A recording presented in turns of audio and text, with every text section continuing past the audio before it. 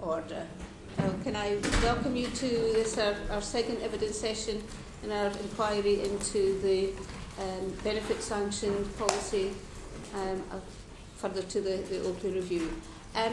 Beginning with you, Alison, can I ask you first of all to introduce yourself for the record? Yes, I'm Alison Garnham. I'm Chief Executive of the Child Poverty Action Group. I'm Lois. I'm Service Manager from Derbyshire County Council for the Welfare Rights Service and the Derbyshire Discretionary Fund. I'm Kayleigh Garthwaite. I'm a Research Associate at Durham University. Fiona, Weir. I'm Chief Executive of Gingerbread, the Single Parent Families Charity. Okay, and you're all welcome. Now, we've got two panels this morning with lots of people giving evidence, so I hope you don't mind if we do rush through things, so don't feel offended if we do move things along, but obviously time is quite precious for us this morning. Lois, the first set of questions I'm going to give specifically to you about Derbyshire's experience, because you're obviously representing the view from the local authorities. So how many people just on average a month present to your council saying that they require emergency financial assistance, and as a result of benefit sanction? It might be more than that, but as a result of benefit sanction. Okay. We don't specifically sample for benefit sanction every month. Over the course of the first year, we had 13,744 applications to the fund. That increased over the course of the first year and is increasing continually through the second year. So on average at the moment, we have 1,300 a month applications, no less than that. Indeed, in the most recent week, we had nearly 500 applications in 1 week. Of that, we sample over periodic times for different causes of demand. And the most recent sample that we have the data on, which was May 14, 15% of the people that were presenting because of a benefit sanction issue, and a further 40% were presenting because of a benefit delay issue. So over half of the demand for the fund was, in that time, was coming as a result of difficulties with the benefit system. And while you don't have the actual data since then, what's your sense of what's happening in terms of the trends? I think it's still consistently at the same level. We did do some sampling last week, which the data for which is very raw, and we haven't fully analysed that yet. As a proportion, the number of people that came through with benefit sanctions last week was lower, but I think the number was the same.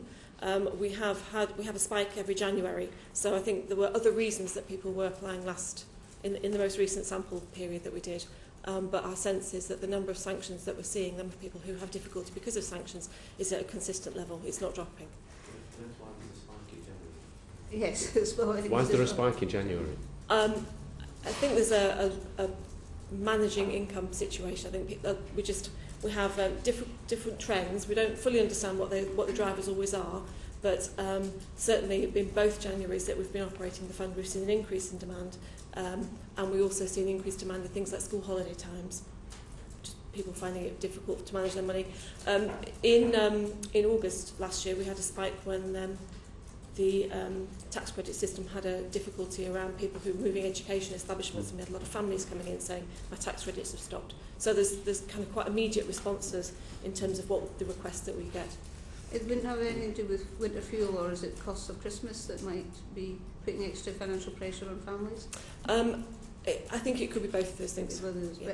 But we're obviously interested from the sanctions point of view. So what's the total number then that your council has helped over the 2-year period? In the first year it was 13,744, and at the moment we're having no less than 1,300 applications a month over this current year, so we're expecting that to be much higher. And how much is that costing the council, and to what extent, how much of that is covered by money that comes direct from central government? It's all the scheme is funded by the money that's come from central government in both years. And in the first year, the Derbyshire Discretionary Fund total spend was 1.1 million, and this year our projection is that we're going to be around about 1.6 million. And that has been made, it's not coming out of the council's own resources, it has been made? No, it's from a local welfare assistance funding. Okay. Do you know if your experience is typical of other, because you're the only witness we've got from the local government, how typical is your experience, Derbyshire's experience? I think In terms of whether we're a typical fund, there are some councils that do very different provision to us. I think that the demand for support, the drivers for support that we have are similar across lots of other welfare assistance, and also in common with food banks, and the evidence that you've previously heard from food banks, there's similar issues there. The report that came out from the Centre for Responsible Credit recently was suggesting that local welfare assistance schemes are finding similar problems and similar themes, and certainly our experience would chime in with that. Now, you talked about the sampling that you do. What we discovered in the last evidence session is that sometimes people think they've been sanctioned when they haven't been sanctioned. Either they've been disallowed or their benefit has been suspended. And it's actually quite difficult for someone else to work out what is actually going on if the claimant themselves don't know. So how do you cope with that? How do you know that the figures that you're quoting are as a result of sanction rather than just other problems with the benefit system? We have two ways of knowing that. One is that the Derbyshire Discretionary Fund team, the local welfare assistance team, have access to the DWP CIS system, so they can see some of the reasons that people are having difficulties, and they also have conversations with job centre staff around what is the issue behind this person's present difficulty. And the second part of that is that we refer into the other team, which I manage, which is the Welfare Rights Service, and they then get underneath the need and the benefits advice need and try and resolve the issue, so that we're confident that the people that we're talking about and the examples that we're giving are actually sanctions and not other reasons. So you're quite happy, your figures are robust, but there's the sense that people have is maybe that there's actually more need through the discretionary fund as a result of benefit sanction than your figures would suggest. Do you think that's again because people are thinking that they're coming as a result of a benefit sanction, but in reality when you look at it they're not, it's other financial pressures that are under? Yeah, certainly there's a wider picture of people who've got problems with the benefit system, and those may be new claims, and we talked about short-term benefit advances because sadly they haven't always been told about those already, and there are wider issues, there are wider difficulties that cause problems, but the examples we've given of sanction, we're clear they are sanction situations. Do you want to come quickly? Go back to the discretionary fund. Yeah. Is it capped, and does government ever query? We were given an allocation of money, and the Department for Work and Pensions has done a consultation, a request for information about how that's been used, and published that as a data set. But it's up to each individual council how they decide to use that money, and how much of it gets used in the way that Derbyshire's using it, and how much of it gets used in other ways. Thank you for that, but when I say, does the government ever query it, does the government ever say, this isn't actually a valid claim, as far as, or they accept, do they, that the local authorities' disbursement of the discretionary fund? Absolutely, it's left to the local authority to disperse it as they see fit, as we see fit as a fund. Thank you. Nigel's got some more questions on this. I suppose one thing I would see from my casework at times is that people don't always realise they can challenge a sanction when they've got one. Is that the kind of same situation you find, that people have got a good excuse but just haven't realised they could appeal it? Absolutely. I would say there was two things. One is that our experience is that people don't realise they've been sanctioned often until the money doesn't appear in the bank. So there's a time lag there. And then the second thing is when they go to the job centre and query that they're not made aware, or that they don't come away aware that they can challenge that sanction, and how they go about doing that. And that's not a situation so that you've seen change in recent months, it's still the same as it was when you started this process? No, that's the same as ever. Part of the problem is the letters themselves. They're actually very difficult for claimants to understand. So, I mean, if I just quote from one, we've looked at your claim again, we can't pay you JSA. This is because we recently told you that a decision will be made about a doubt on whether you fail to comply with requirements. From X date, your allowance will be X. So at no point does it say, A, you've been sanctioned, what you've been sanctioned for, the reasons for that decision, whether you can apply for a hardship payment or whether you can appeal. So it's a very, very kind of uninformative letter. So even if people get that letter, it's unsurprising that they don't understand the reason for the sanction. And we've come across a lot of cases where the letter comes after the sanction has happened and sometimes even refers to an earlier date. So it's impossible for the claimant to actually do anything to rectify the situation.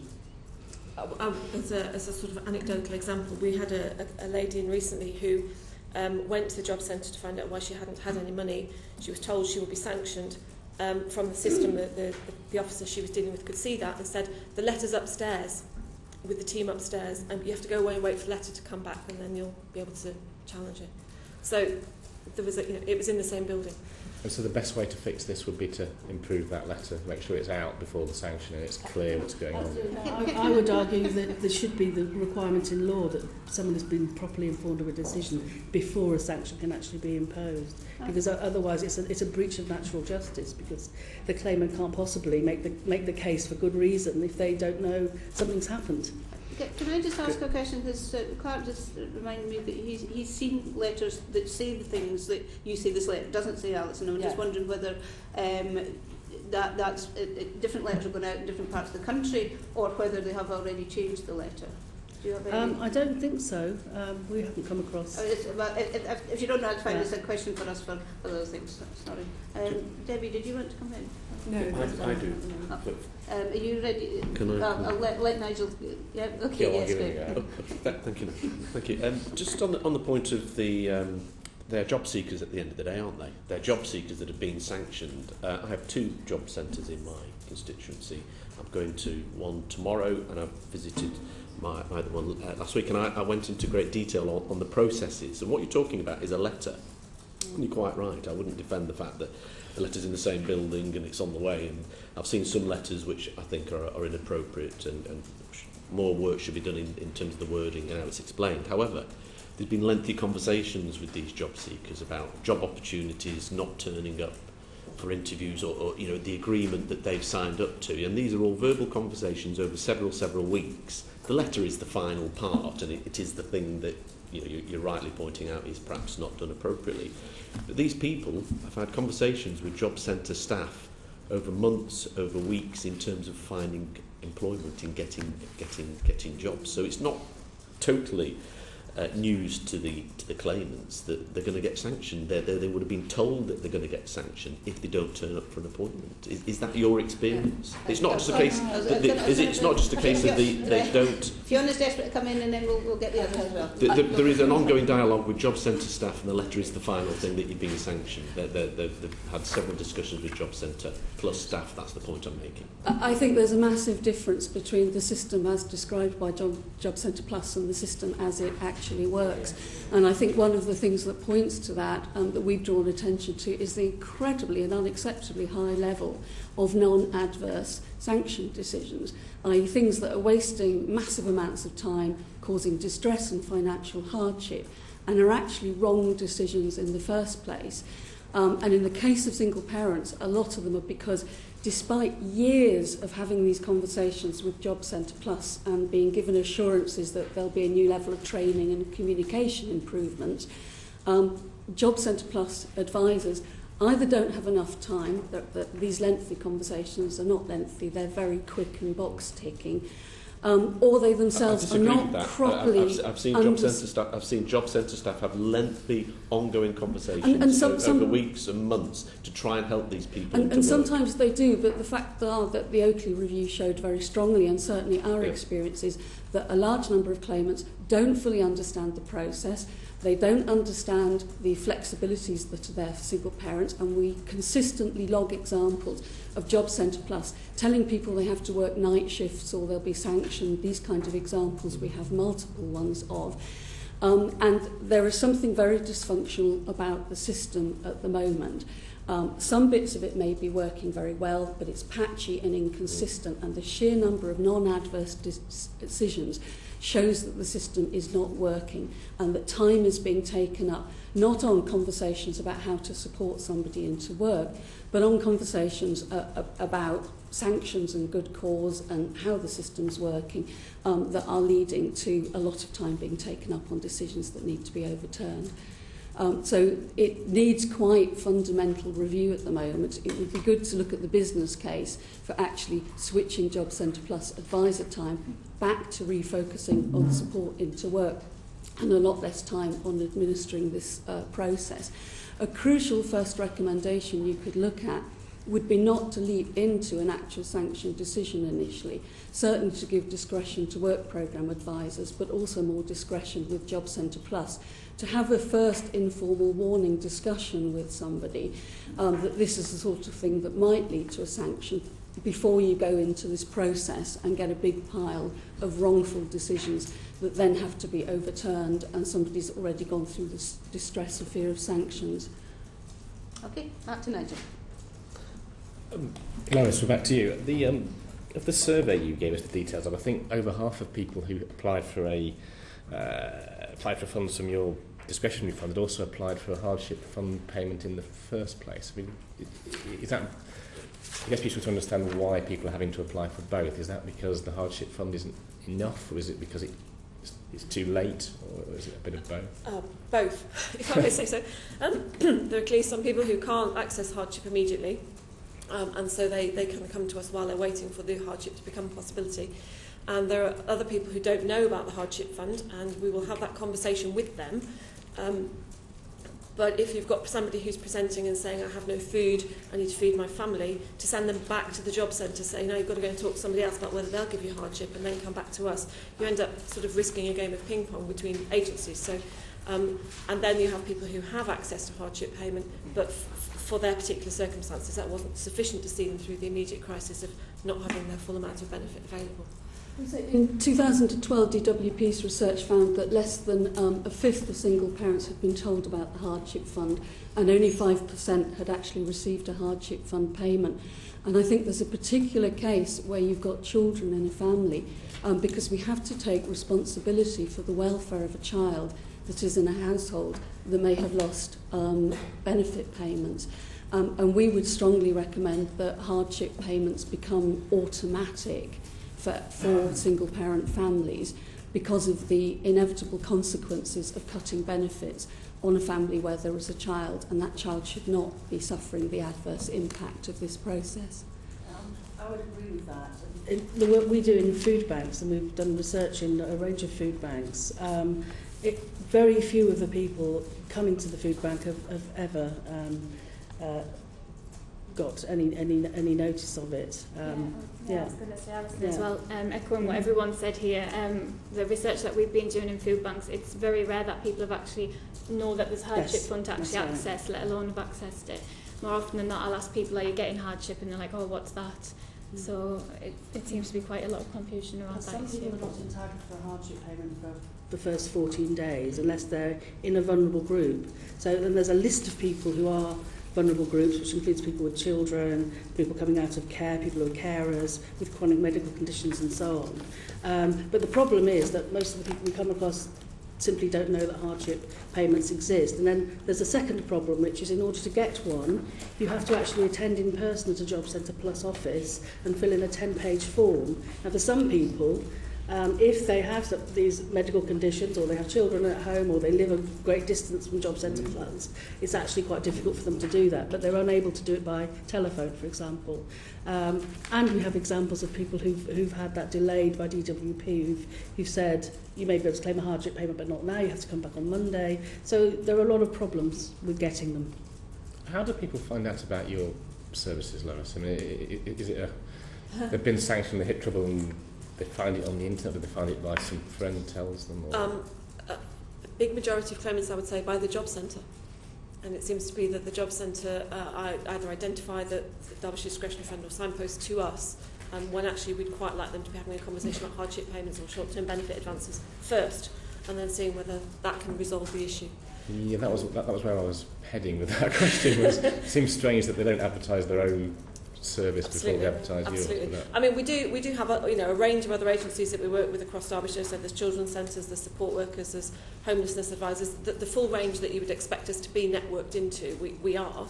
But certainly, the most frequent start of the conversation is I've been told to contact you by the job centre. And people seem to be finding your discretionary service before they've had welfare rights advice. Is that something that you notice? Yes. And there's a value in the fact that we have both available, and then we, you know, if somebody comes to the Derbyshire Discretionary Fund and there is an advice need, then we can access that or help them to access that to resolve the underlying issue, because that's part of what we want to do. Is we don't want to have people continually needing local welfare assistance. The whole point is to try and fix the problem that's created the difficulty, created the crisis. And why do you think people are not going for welfare advice before they seeking help? Is that just lack of awareness? Or? I think that's part of it, but I also think that if you don't have any money, then there's quite a hierarchy of need going on. And if you need to feed yourself or feed your children or your family, you think about that, you sort that one out, and once that's dealt with, you then think, have I got brain space now to think about challenging that decision? But there's quite a kind of crisis in that family situation, and that needs to be resolved. Okay, and I guess my experience in my seat suggests there's pretty good welfare advice provision in many. It gets out into all the towns, and I guess I'd probably see the same as you, as people choosing to get the money before they worry about fixing the system or something. Dr. Garthwaite, you were nodding quite there. Is there anything you wanted to add about the welfare rights side of things? Yeah, I think sometimes a lot of people who come to the food bank, they say, I'll say to them, you know, have you been to the Citizens Advice Bureau? And sometimes it's actual anxiety with people with mental health problems. Often the thought of actually going and having to sort of, you know, explain to someone else about the problems and actually seeking advice. I think seeking sort of help can be a big first step for people. And at the food bank, often people are, you know, they've got sort of, it's a last resort. They've exhausted all the options available to them, so they come to the food bank. And sometimes that can actually be a turning point for people in that they can then access Citizens Advice Bureau. I know in the food bank that I've been working with for the past 14 months, there's actually now Citizens Advice Bureau actually come to the food bank twice a week, so we can actually say to people, well, you know, you've got this issue with your housing or something, Citizens Advice Bureau are here, and it can actually, you know, help you with that issue right now, rather than you having to go and perhaps wait for, you know, however long to get an appointment with the relevant person. Okay. I've got Debbie and Paul. Thank you. We heard at the last oral hearing from Professor Weir from York around the universal credit regulations, which extend conditionality to people who are in work, so people who are on low pay in receipt of working tax credits. And currently we have, I think it's 2.1 million families with children who are on working tax credits, and 2.6 million single parents with children who are accessing working tax credits. Would you like to comment on the potential? If you look at the autumn statement budget book, you can see the reduction in working tax credit payments. Would you like to comment on potentially, I have asked the question to the Secretary of State and he wasn't able to tell me anything on, but the implications for sanctions for people in work on low pay? Well, there are implications in the future in that under universal credit there will be in-work conditionality. So just as the number of occasions for which you can be sanctioned has grown, because there are a new category of sanctions related to work-related activity. There were always sanctions relating to being unemployed voluntarily or not being entitled in the first place because you don't fulfil the conditions. But what's grown is these fixed-length sanctions in relation to not carrying out work-related activity. In future, that will apply to low-paid people too, if they're not working sufficient hours or the equivalent of 35 hours at minimum wage. They'll be required to increase their hours or level of pay. So sanctioning could become more of a feature of working lives as well as people who are out of work. Fiona, do you want to add to that? It's really not clear how DWP will implement it, or that they would apply sanctions to people who are actually in jobs. It would certainly be an extraordinary development to start sanctioning somebody for not taking sufficient steps to try and grow their hours, and very difficult to see how it would work in a context where we find many people are involuntary part-time working or on zero-hour contracts and can't get the hours they want, so they're already banging their head against how do I get the hours I want without having to kind of demonstrate that they're trying to, you know, work hard enough to increase their hours. So I think we need to get a much clearer statement from DWP about how they see the in-work conditionality regime being implemented. One of the problems about challenging these sanction decisions is that by the time even if you succeed in arguing you had good reason, or you can get it revised under a mandatory reconsideration or an appeal. By that time, you've already lived for a considerable period of time without any money, so it's often too late. So hence people turning up at food banks or local welfare assistance schemes. But I would add to that we've come across local welfare assistance schemes that turn people down simply on the grounds that they've been sanctioned, and also local authorities that refuse discretionary housing payments because people have been sanctioned. So it's actually having a domino effect into other forms of support that they could get. And most of the people we see at Food Bank have never had advice before at all. And so when this brings us to the real problem with these fixed length sanctions, is that why they seem to be completely inappropriate for this work-related activity is that you can't do anything to rectify the situation because the sanction is fixed length.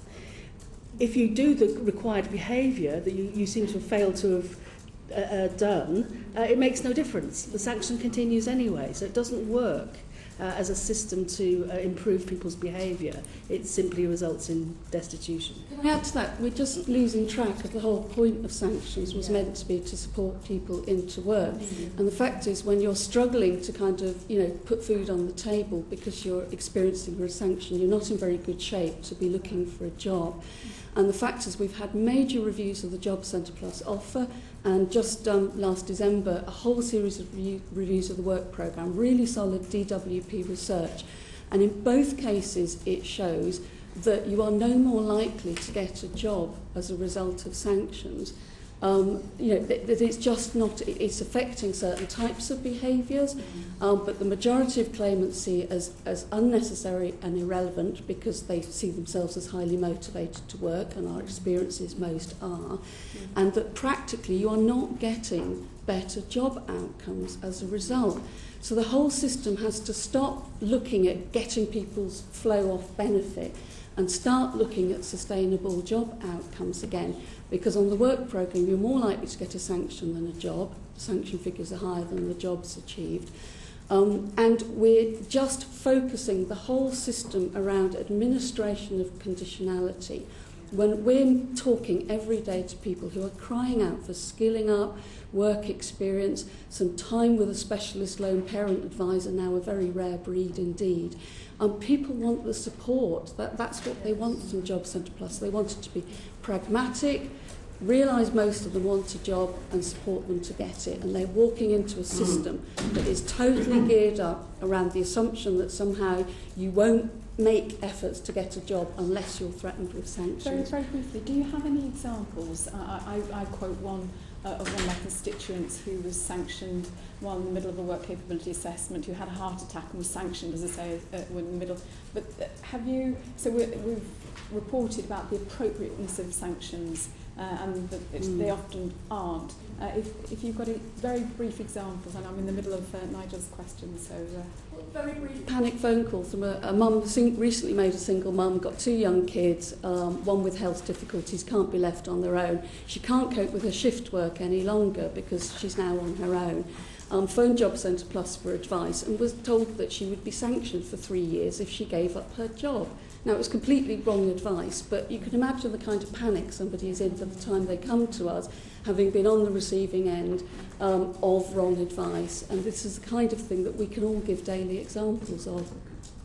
Yes, and it's the sort of thing that people can't do anything about as well. We came across one case in Scotland where someone had actually attended a work programme interview, but DWP still sanctioned them on the belief that they hadn't attended. And this person then actually committed a crime in order to feed themselves. So it's leading to consequences that have nothing to do with work activation. We have examples of clients who have been missed telephone interviews with work programme providers, that there was no record of that telephone call ever happening. So fortunately we do get those turned over on mandatory reconsideration, but it's another example of time spent doing something that really didn't need to be doing. Going to Paul. Specifically to Alison, but you've all talked about the flaws in the process of inappropriate letters, bad process, all of which I think we can recognise from our own constituency casework. The Oakley review looked at improving the quality of the literature. It looked at notifying of hardship payments. as far as I'm aware, the department is either in the process of updating the letters or has updated, not quite sure what tense to use. We explored that. Equally, the DWP evidence states that since the 14th of July 2014, no one can be sanctioned without being told of the availability of hardship payments, that they have invested in accelerating the payment of those hardship payments. Have any of you seen evidence since July 2014 of that occurring? No. Okay, that's fine. That just allows me to ask the Minister when we have her to then take feedback. Specifically to Fiona, your evidence slightly contradicts something that we had last time regarding the likelihood of lone parents to be sanctioned. Centre for Economic and Social Inclusion says that lone parents are substantially less likely to be sanctioned than we would expect. Now, Kayleigh, your evidence is about non-adverse decisions. Yes. So you're absolutely right. Yes. Single parents are less likely to be sanctioned and go into the sanction system than other claimants. But once they go into the sanction system, they are much more likely to have a non-adverse Which is going to decision. be my vote. Because something you said earlier, clearly there's an issue here with the first part of the process of engagement with the Job Centre Plus for lone parents. You were talking about the issues of formal and informal warnings. Yes. Could we have some sort of discretion? Yes. I wanted to explore that philosophically without this taking too long, in the sense that we would all think it common sense to have a brief chat with someone to say, if you do this, X will occur. That's an informal discussion, if you like. It won't appear in any statistics anywhere or anyone's record. So in a sense, it almost doesn't exist. The moment you start to move to a more formal system whereby you have to have given someone a warning of some sort, that discretion becomes formalised, if you like. So you're moving it forward in the decision-making process. You then start to have another argument, or shouldn't you be having an informal discussion before you start the formal discussion? And you start to go around in circles. We would all agree common sense says you need to have some form of discretion. The Job Centre Plus advisors I speak to all say that they already have that informal discussion and deploy that discretion. How do you think we can resolve this tension so that common sense can apply, but there's a formal system that allows everyone to feel that natural justice, as Alison mentioned, is being done? Sorry, too long a question. Well, and it's also Anne-Marie's question as well. My apologies, Anne-Marie. I didn't beg your pardon. Can I have a partial explanation? That there used to be, in relation to sanctions for qualifying for benefits, there used to be a list of what good cause was. And examples of what those might be. Those have all been taken away now and applied to none of the occasions where sanctions might be applied. So decision makers don't have any kind of guidance about what sort of thing, like transport problems, childcare problems, might be a good reason. So it leaves it open to say anything. Is a failure to meet the conditions. And that's really unhelpful. It would be really useful to bring something like that back. Okay, I think URSA raised it as part of their evidence, but it's particularly a problem with the work programme where they really are required to refer people across, and they can't just have that basic conversation and say, why didn't you turn up or why were you late?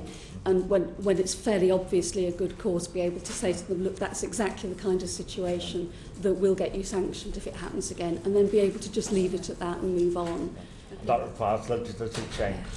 Before we go into Anne-Marie, who's got the Gingerbread, I think there's a brief question from Glenda. Thank you. To go back a bit, speaking about the kind of anxieties that's produced in people when there's sanctions, we have had evidence of people simply giving up on Job Centre Plus and never going back. Do you have any figures to support that, any kind of over and above anecdotal evidence? I've got it from my own constituency, but I mean, are there any figures to show? Because these people aren't going into jobs. That's the bottom line. They're just never going back to Job Centre Plus. Yeah, I haven't got any figures on that, but I have seen examples of people who come to the food bank who actually say, well, I've been for my ESA, work capability assessment, and I've been found fit for work, but I feel like I can't apply for job seekers allowance because I can't fulfil the conditionality that that requires me to fulfil. Yeah. So I have come across, it's not common, but you know, it's something I've come across in the past 14 months of doing the research. Thank you. I think that's a question for our next panel, probably. Sheila. Yeah, it's really perhaps just to pursue, or someone's talking about two different things, I think. There's giving people warnings that if you do this, that might happen.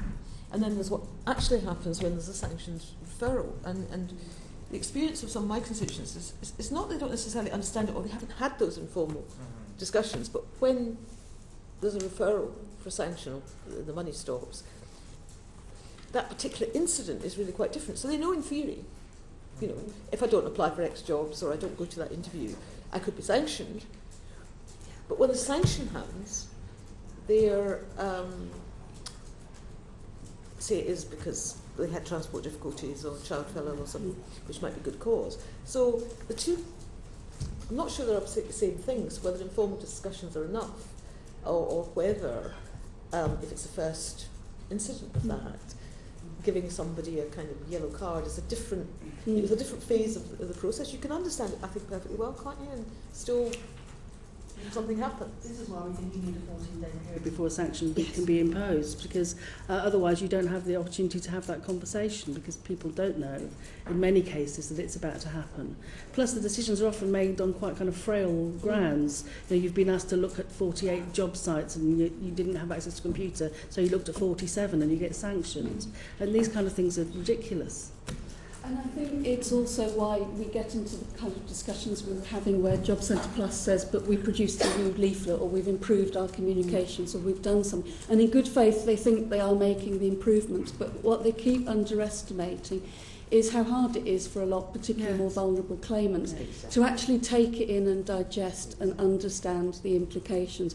And that's why nothing beats a relationship of trust with your advisor and actually having some time so they can ask you to recap on what your understanding of something is and how you think it might apply to your own circumstances.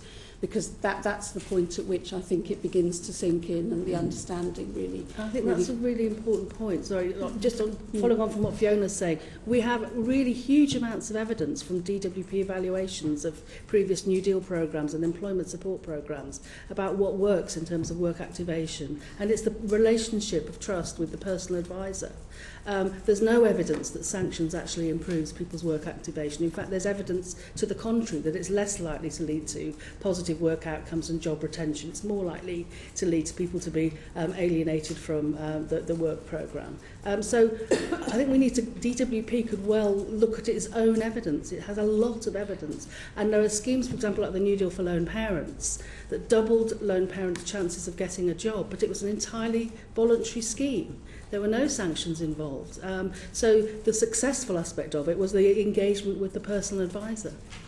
Just going back to just going back to a phrase that Alison used, which was frail grounds. We have lots of we don't have those analysis in a statistical form, but we have lots of examples of sanction decisions being made for what we could regard as frail grounds. You know, you haven't done enough job search over Christmas, but the library and the job centres were all closed.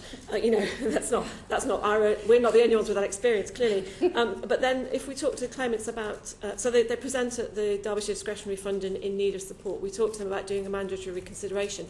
A mandatory reconsideration can take 7 to 11 weeks, by which time they've had 4 weeks without income.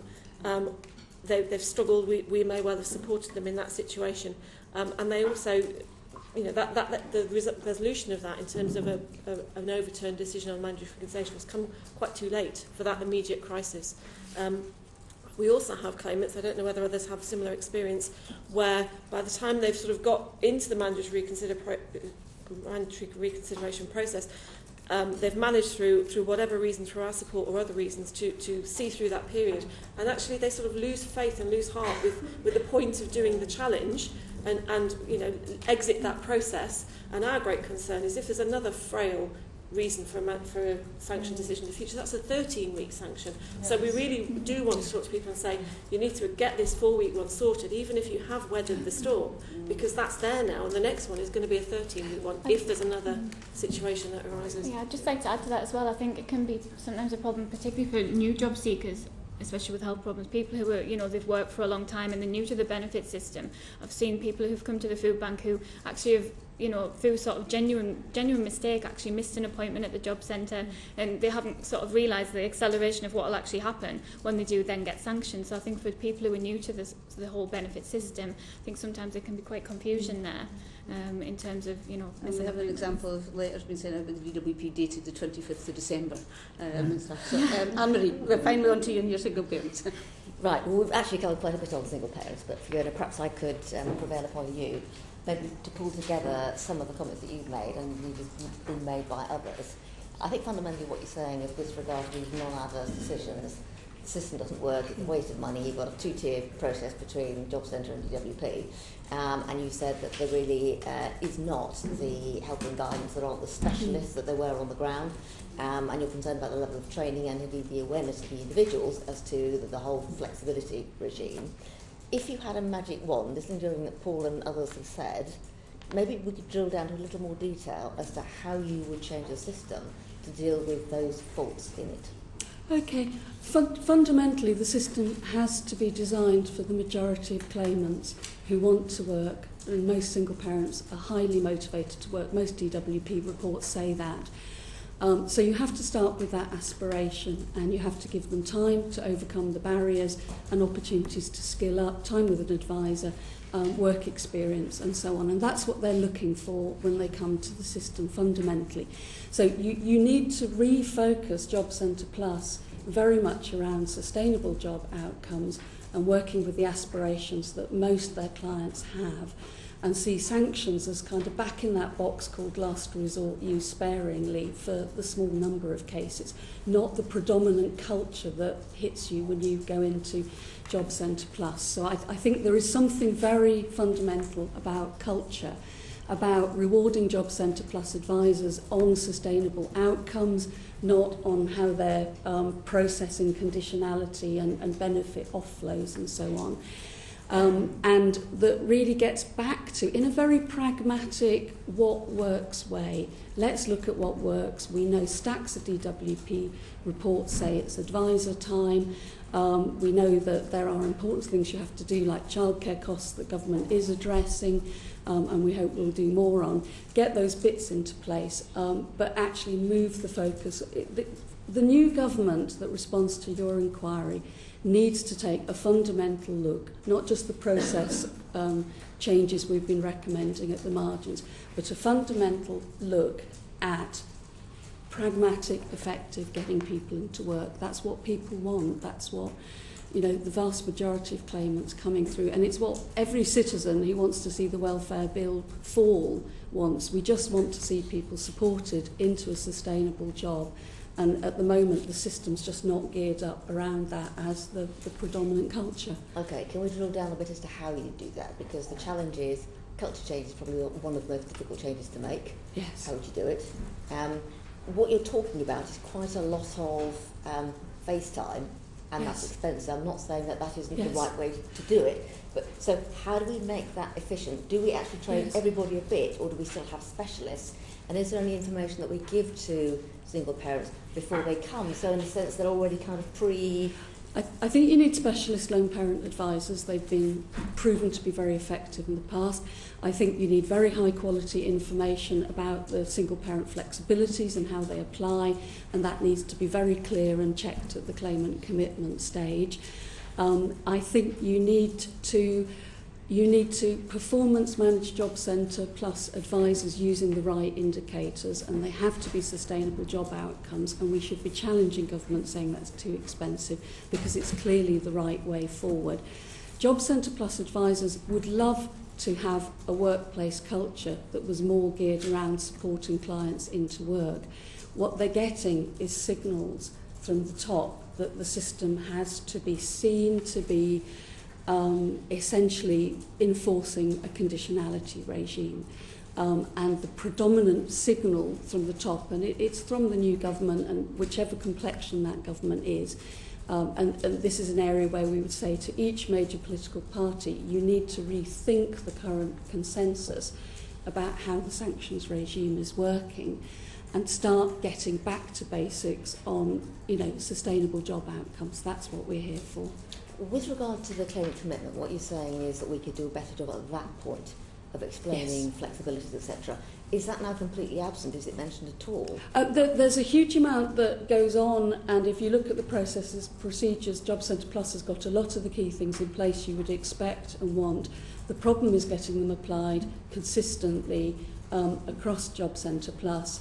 We're picking up on a huge amount of patchiness that's causing problems. And the other problem is sheer pressure on advisor time. It would be really worth examining the business case for how much time all the decision-making processes are taking up, because they're very time-consuming, and advisor time, Job Centre Plus advisor time is at a premium. We know when there was new conditionality introduced for income support, government put a really big chunk of money into the system just to administer the new conditionality regime.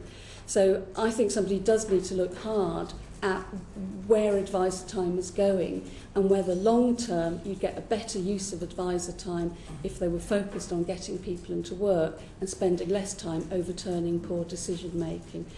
So we would really ask you to ask the Minister to kind of take some steps to initiate some of those kind of assessments.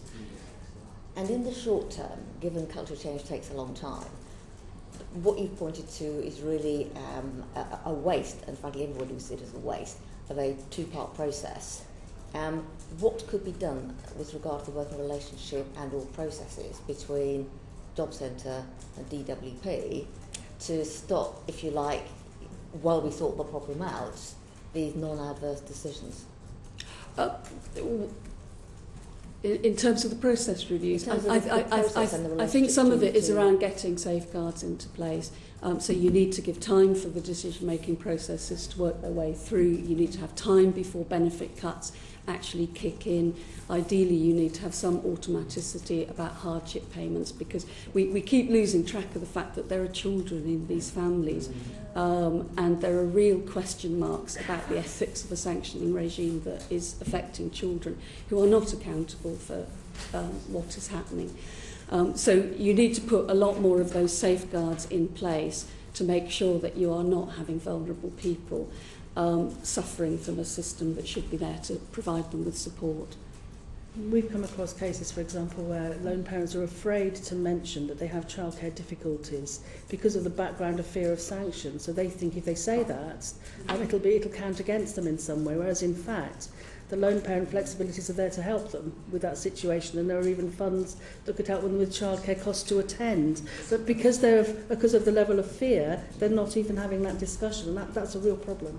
Do you think there's also perhaps an argument for, while specialists clearly are better, but pro tem, because they'll take a while, some sort of general training so that all advisors have a better general understanding? I think the training, there has to be accredited training to a standard, because advisors are taking essentially judicial decisions that profoundly affect the level of income that very poor families will have.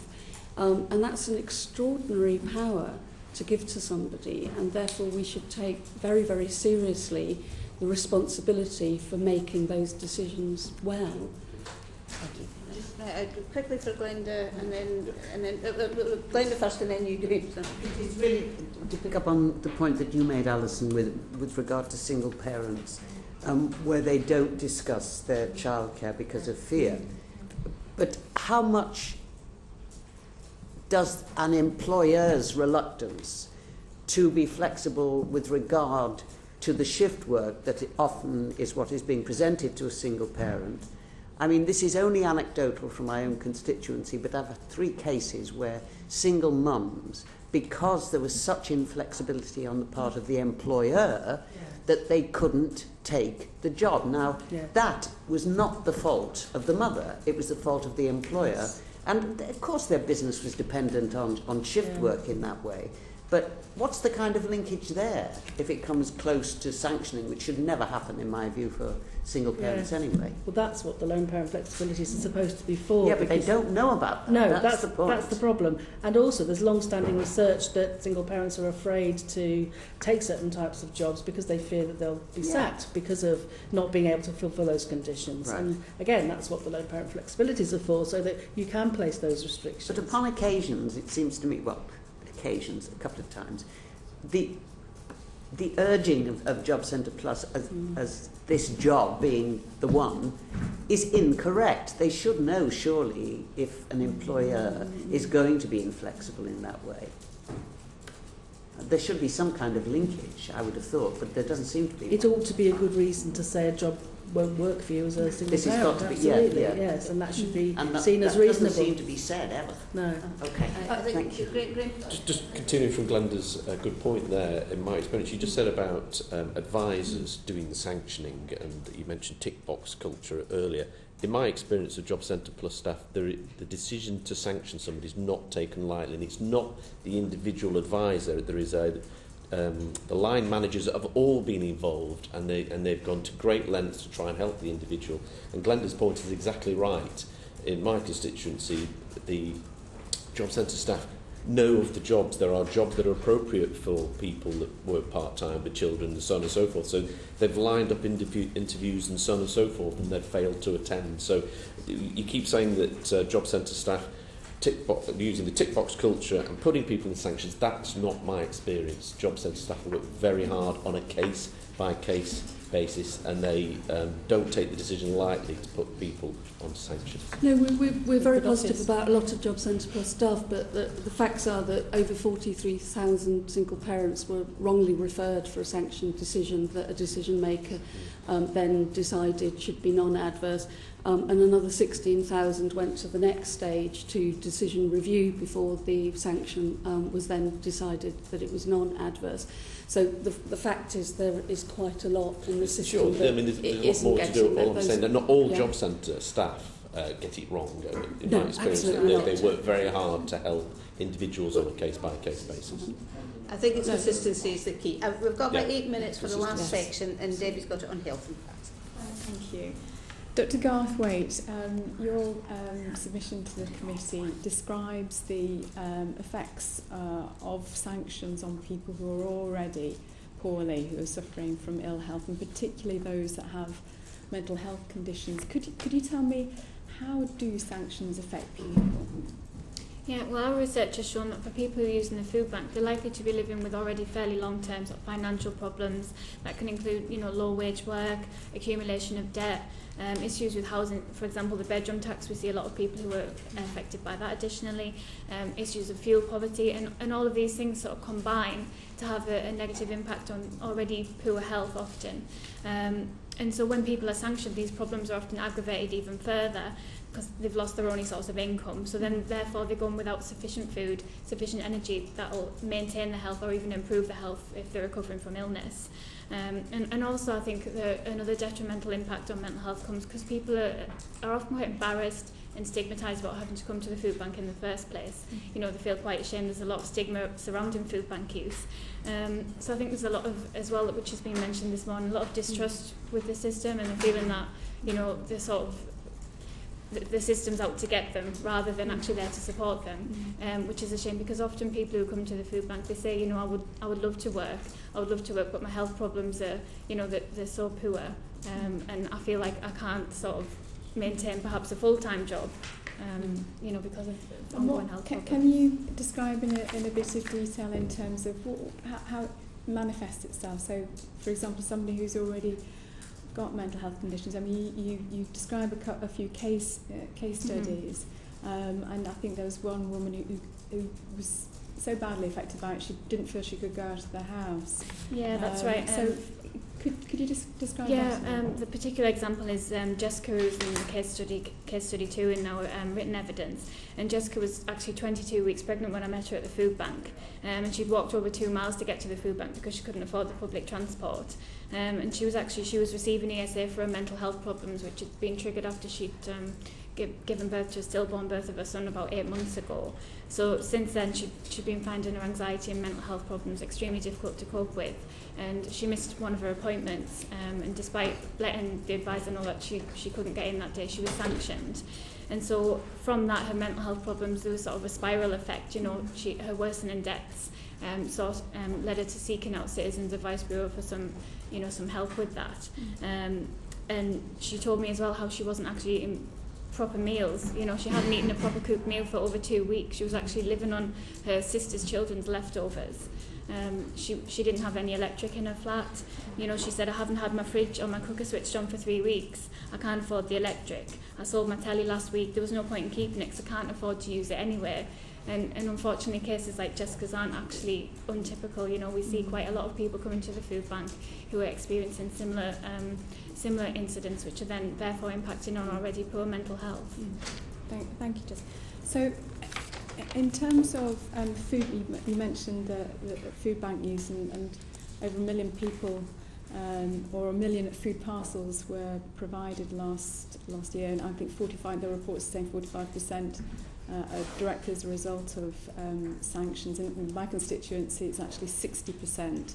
But you also talk about the issues that, obviously, the food parcels are food that's not going to go off, so it's tend to be tinned or processed, and the implications that has for health as a whole. Could you just describe that in a bit? Yeah, obviously food bank provision is intended to be emergency food. It's nutritionally balanced with 3 days worth of food for somebody in a crisis. But I think the problem that I'm seeing with people in the food bank, a crisis doesn't just last 3 days. It's longer term financial, all sorts of problems that leading to people not being able to actually afford to eat the healthy food that they need to maintain their health.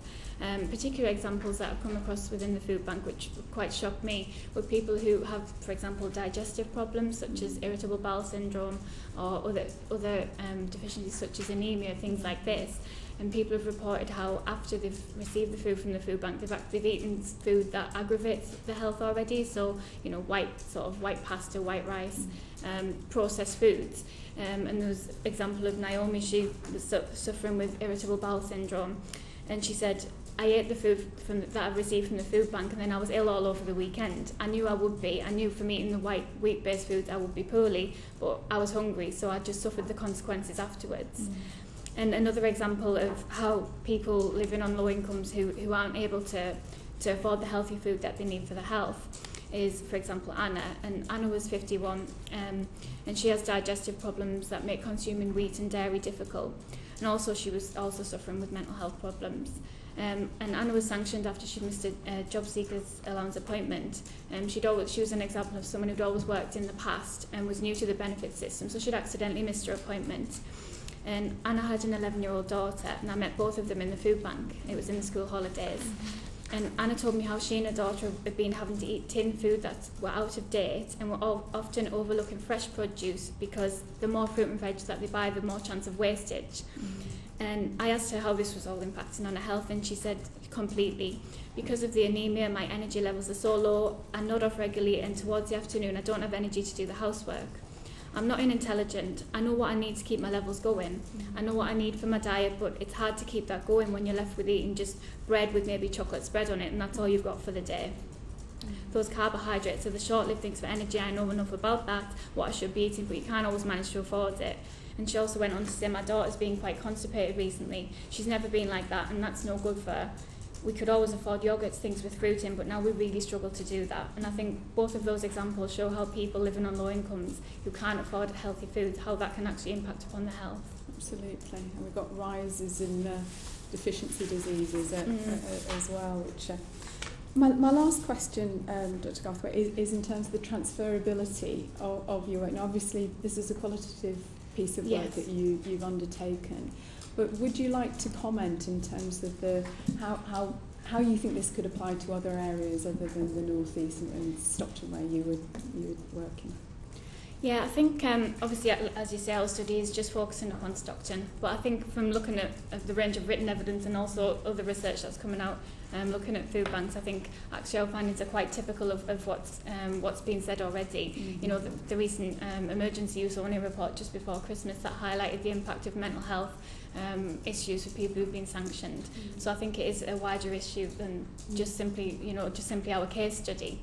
So I think it's an issue that's definitely got transferability. Absolutely. Can I add to that? I think there's some sort of an issue brewing or very prevalent for us, which will continue, which is the correlation between people who are challenging ESA work capability assessment decisions and being in effect forced onto job seekers allowance, and then they end up not being able to comply with the job seekers agreement conditions and end up being sanctioned. So there's a kind of another unvirtuous circle there, and we certainly have a number of people that we're concerned about.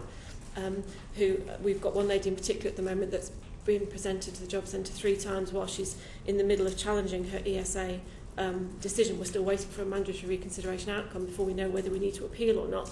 Once, if we get her to appeal stage, she will be able to get ESA assessment rate money, ESA money, and she won't need to be on the job seekers allowance situation. But while the mandatory reconsideration is on way, she can't do that, so she has to go and claim job seekers allowance. And she's seen 3 different job centre advisors. The first 2 were fine with her and said, we recognise the restrictions on your availability because of your illness, disability, what have you. The third one had her in tears, a very different experience, and he said to her, you have to do 35 hours a week job search, otherwise you're at risk of being sanctioned. So we're kind of waiting to see whether that's going to be a problem for her or not. But in the meantime, her health is not good because she's under that stressful situation. I wanted to follow up because this is something I've been done quite a lot of work on, had various debates on.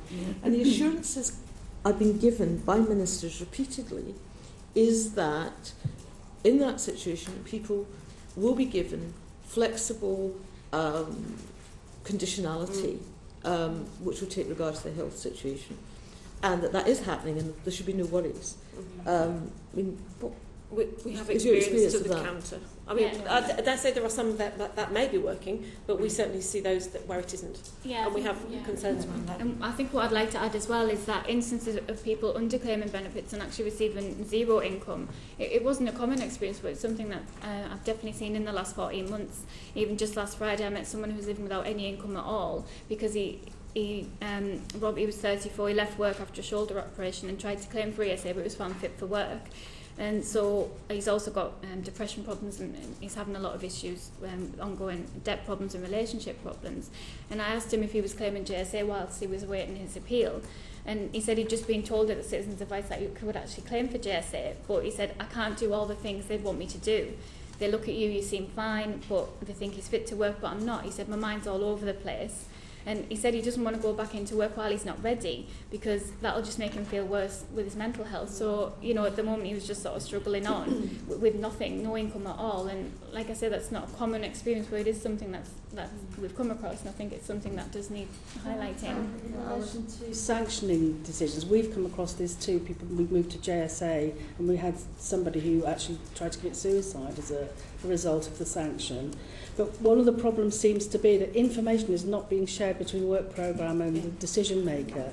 So the decision maker doesn't pass the ESA 85 form, which explains what the basis of the ATOS decision has been. It's something we've picked up. So the work programme doesn't know about that. And then in reverse, if there's been safeguarding activity in the work programme, that's not then conveyed to the decision maker at Job Centre Plus when they make a decision about a sanction. So although some of this is going on, it's not being fully communicated when a sanction decision is being considered. Okay, and the last question on this section is Paul. I'll be as quick as I can. Last evidence session, we discussed with Mind whether financial conditionality and sanctions were an appropriate model for those with a mental health condition.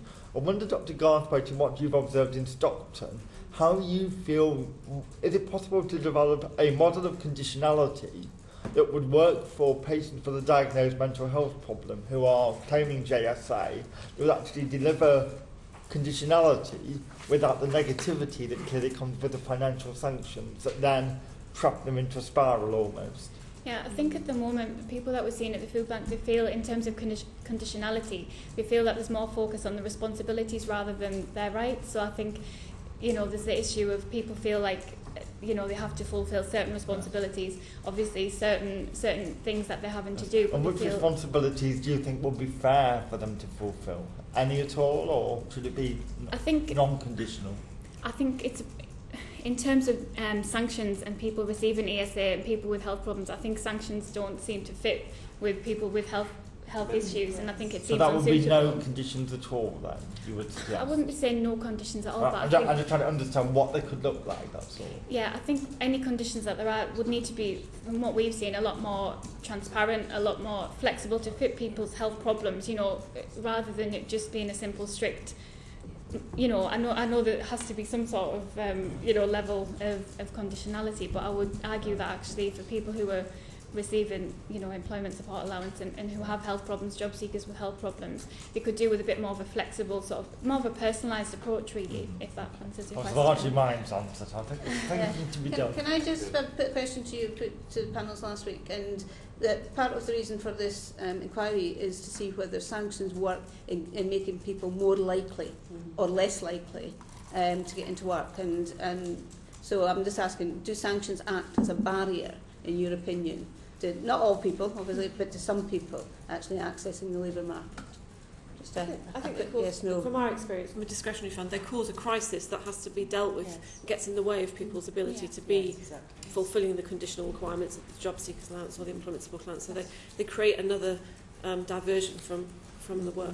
And everybody else is nodding. It puts them in a less good position, and I think the research reflects that. And I mean, the culture of encouraging people into paid work is completely different from a culture of sanctioning. We were just talking about health conditions. I mean, I just wanted to read a little bit from the Decision Maker's Guide, where basically it's assumed that your health will be damaged by a sanction. It says it would be usual for a normal healthy adult to suffer deterioration in their health if they were without essential items like food, clothing, heating and accommodation, or essential items. The decision maker must determine if a person with a medical condition would suffer a greater decline in health than a normal healthy adult would suffer hardship. So it's assumed deterioration in health is part of the result of a sanctioning regime. So that's just a simple point, but in relation to work activation, that can't be the way to encourage people.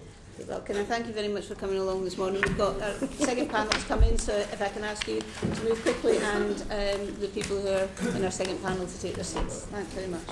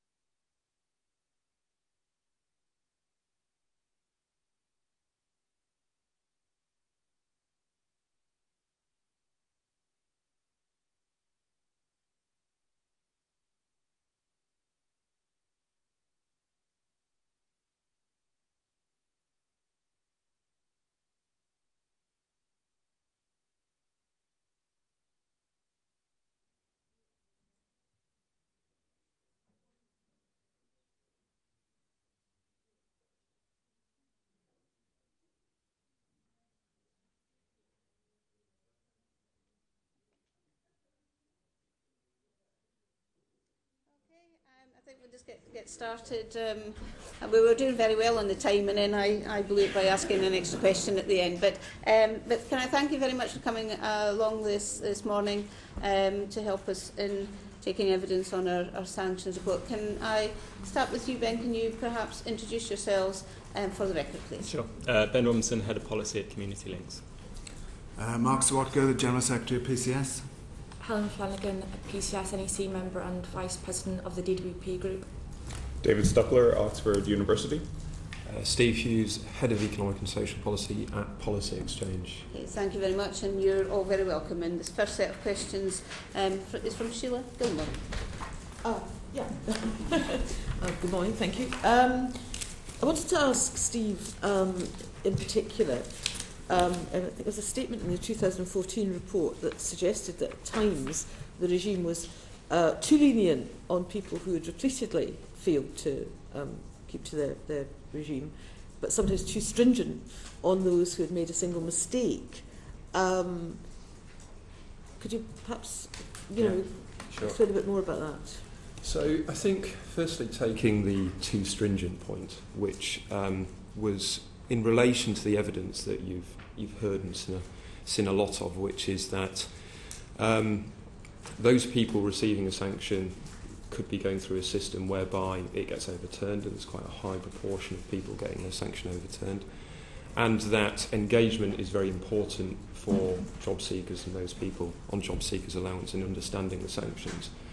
So what we suggested was that instead of having a financial sanction for a lower tier first offence, as it were, instead of having a financial sanction, we could test and pilot non-financial sanctions. So in the case where we've obviously got a lot of evidence that people go into food banks because of sanctions, hopefully that financial impact would no longer occur, because instead the benefit would be paid in a different format to recognise that offence had occurred, but it would still be paid.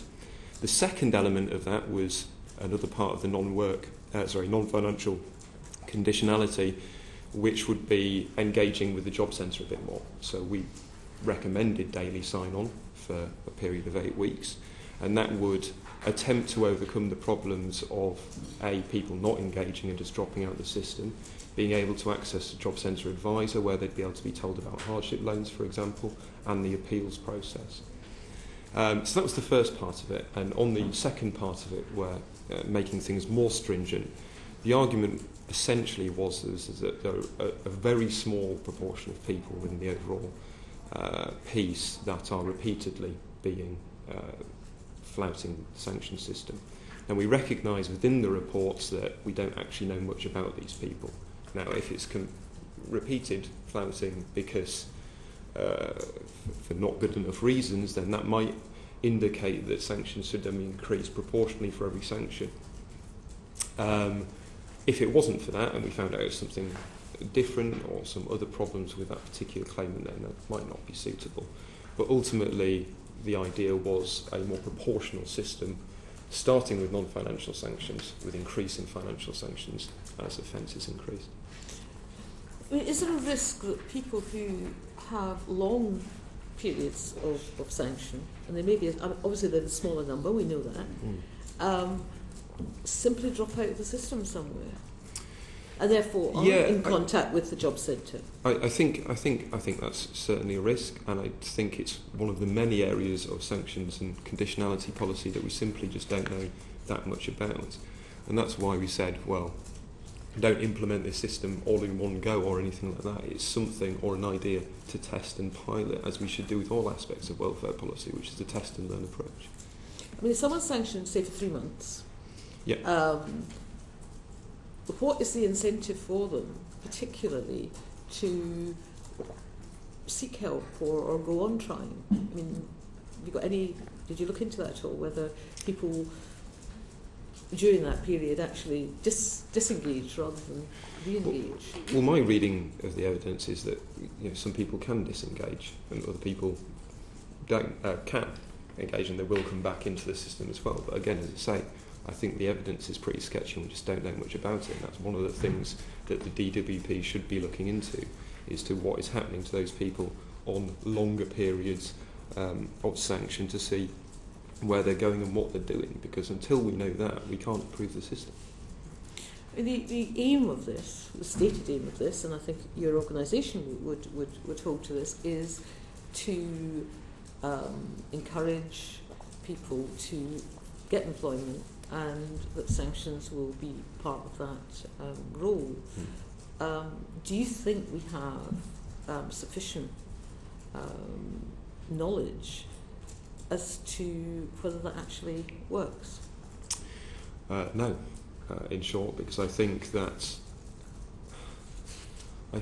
as I said before, the evidence is patchy and it's from all over the world, with welfare systems that interact with each other in very different ways depending on where you look at them. I think there's a strong case for a system of conditionality and a conditionality system backed up by sanctions, but it's more about the fairness of the application of those sanctions rather than necessarily whether they exist in the first place. Do you think we should be having some sort of proper independent review of the system at this stage?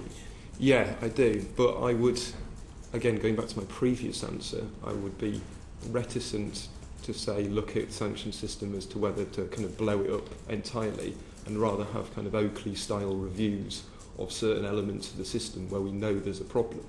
And we know there's a problem within the numbers of cancellations of referral decisions, because we can see that just simply by looking at a graph. We know there's a problem looking at the number of appeals that go through that are successful, because it's quite a high proportion of those decisions that are made. And I think we know there's a problem with the interaction of providers and Job Centre Plus as well. And I'd advocate independent reviews on really those three aspects. I mean, if you look back at the impact assessment that came alongside the Welfare Reform Act, there are a lot of references in that to the fact that we just simply don't know what the behavioural change will be for some of these changes, and therefore that necessitates us looking into these kind of things further down the line after the policy's been implemented. But surely part of the problem is you sort of implement the policy with a statement that this will work, and then in effect we're kind of experimenting on people a bit, are we? I'm not entirely sure whether that's the case. I mean, if you look at the broad evidence, you can say, well, there's a system and there's a framework for a system, and within that system we've got problems further on down the line, and therefore we need to test what's wrong with those problems. The problem is that we've got problems and we don't really know what's causing them.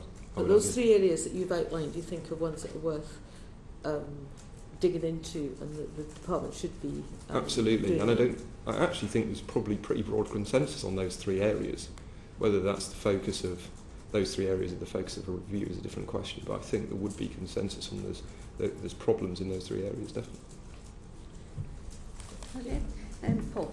Thank you. Helen, talk a bit about the claimant commitment, which has been presented by the government as a step forward in terms of the job seeker claimant understanding what the nature of their conditionality is. How do you think claimant commitment has worked in practice in terms of capturing people's different capacities for work, different challenges they may face in overcoming hurdles to get to work? How is it functioning as it's been rolled out in your view?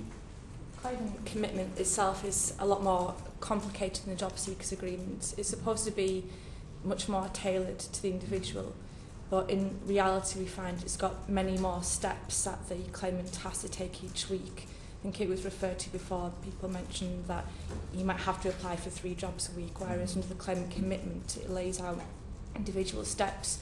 So for example, looking on a website 3 times a week, that would become 3 steps. So you could have a claimant commitment where there's over 40 steps that that individual has to do each week, and they may well be actively looking for work, but for instance if they look at Reed website, which is an employer website, rather than Indeed, which is on their claimant commitments, they can be referred to decision maker on that issue. So we find in practice, although some advisors, some claimants say that they welcome it, in other senses it's much more complicated for the individual to fully understand what they're required to do in order to meet the conditions. And do you think that, so therefore are you suggesting the variability in individual claimant commitments is around the actions taken or that they need to take rather than their individual circumstances? That's not making them more complex. It's both really, and we find that some claimants don't fully understand, and that's down to their individual circumstances. Despite the fact that it's meant to be tailored, we still have examples, anecdotal examples, where our members have been told that they're not meeting the district standard for claimant commitments. Now, if there's a standard, that gives you the impression that it's a template. So therefore, they're not tailored. There are a number of steps that have been told that they have to be there for each person, so it's not tailored to the individual. If someone arrives with a diagnosed mental health condition at the Job Centre Plus, what steps are taken to ensure that the claimant commitment is tailored to their specific needs, and perhaps more importantly that the individual claimant understands the ramifications of what they are signing? And do you have examples of where people won't sign because they are concerned they won't be able to fulfil the commitment? Generally, people do sign a claimant commitment, but they may not realise the full implications of what they're signing. In terms of people with mental health problems or other underlying conditions, there are relaxations, there are flexibilities that can be put into that claimant commitment in terms of looking for work or hours available, for example, but the staff either or don't know or are simply not encouraged to put those flexibilities in there for each claimant. There are specialist advisors, disability employment advisors, but those are very small in number, normally with quite large caseloads. So by the time they're actually referred, if they are indeed referred to a disability employment advisor, those flexibilities won't have been put in there. So if you're suggesting that the system in some way militates against making the claimant commitment as flexible as it needs to be, is that a factor of time available for individual advisors, or that they simply don't have the time to do it, or is it more structural than that? I would say it's more structural because as I said, it's more of a focus on what should be a standard claimant commitment. So they're not encouraged to tailor according to individual needs, especially those with health needs or those need to have some kind of part-time working for childcare needs as well. Do you think perhaps that almost quite a significant policy change has occurred without people noticing it, in that we now assume that to be a job seeker is analogous to having a full-time job, i.e. you are spending 35 hours a week searching for a job, so therefore a job seeker is now a job, if you like. If that has occurred, would you therefore agree that it might be therefore sensible that just as in any other job, the employee can try to ensure that the job is flexible enough to meet their own personal needs, that same should apply to a job seeker if they are doing something analogous to a full-time job? Well, Does that make sense? Not particularly, No. but it makes sense to me. I know what I mean. I apologise. In other words, if you've got a full-time job and you have some health problems, there might be flexibilities in the job. Yeah. And I suppose the same, should that same kind of flexibility reflected in the claimant commitment? I think I don't know if that helps. That is what I mean. Yes, that should be there in terms of what you do in order to look for work, as well as what you'd be expected to work for. But it's not, I don't think it's a hidden policy change in terms of looking for a job as a full-time job. That's the mantra that's repeated. Right. I'm pretty sure that was in the universal credit legislation. That is the 35-hour-a-week job search. And even though it hasn't transferred over to job seekers allowance as yet, our experience is that staff are being told you've got to include that anyway. Right. There is no encouragement, as I said before, to tailor it to individual needs, especially those with health problems. I know Mr Robertson, I know Community Links has said that they've been hoping the claimant commitment will see the claimant steering their journey towards work. Do you think the claimant commitment is delivering on that aspiration in your view? I mean, it's still early days, but from our experience, that tailoring is still pretty patchy. I mean, we would say two things. We welcomed it because it should have given an opportunity for claimants to shape, so not deciding what steps they'd be taking, but having a greater input into where they wanted to go and what they could be expected to do. The other thing is that it should be a live document that should be regularly being updated and changed as claimant circumstances change. I'd say there's patchy evidence on both of those. We would urge much greater opportunities and guidance for advisors to allow people to shape it and to feed into that process. At the moment, we're seeing, as Helen described, just greater burdens being placed on people as a result of it. Okay, thank you. Just back to you, Helen. In terms of job seekers' directions in particular, obviously pre-claimant commitment, they had a clear, distinct role. If the claimant commitment is meant to be specific to the individual, what role do you see for job seeker directions parallel to the claimant commitment? Should they actually exist now, really, or should they all be incorporated in the claimant commitment? They still exist. In fact, they're used more so now than they were before as part of the SR13 conditionality measures, which were introduced. SR13. the spending review. Oh, the spending review. That came in April. This year's spending review, Sorry, April 2014 with the help to work measures as well. It introduced day one conditionality, it's called, where more directions were issued. There could be parallel to the claimant commitment, for example, creation of a CV or attending a workshop in the job centre. But they are used more ad hoc. There could be an argument that they're no longer needed, but they are used as a kind of immediate threat of sanction. So if you don't do this by this date, then you'll be referred to a decision maker. And do you think it's made sufficiently clear that in addition to the obligations under the claimant commitment, job seeker directions are as liable to incur a sanction if not followed as the contents of a claimant commitment? Do you think that is blurring the picture for the average claimant? I think in that first interview, when you hit with your claimant commitments and the direction, and maybe one or two directions, I think that's a lot to take in for an individual, and to understand the consequences if you slip up in these areas, or even if you slip up twice, you could face, a 4-week or several month sanction.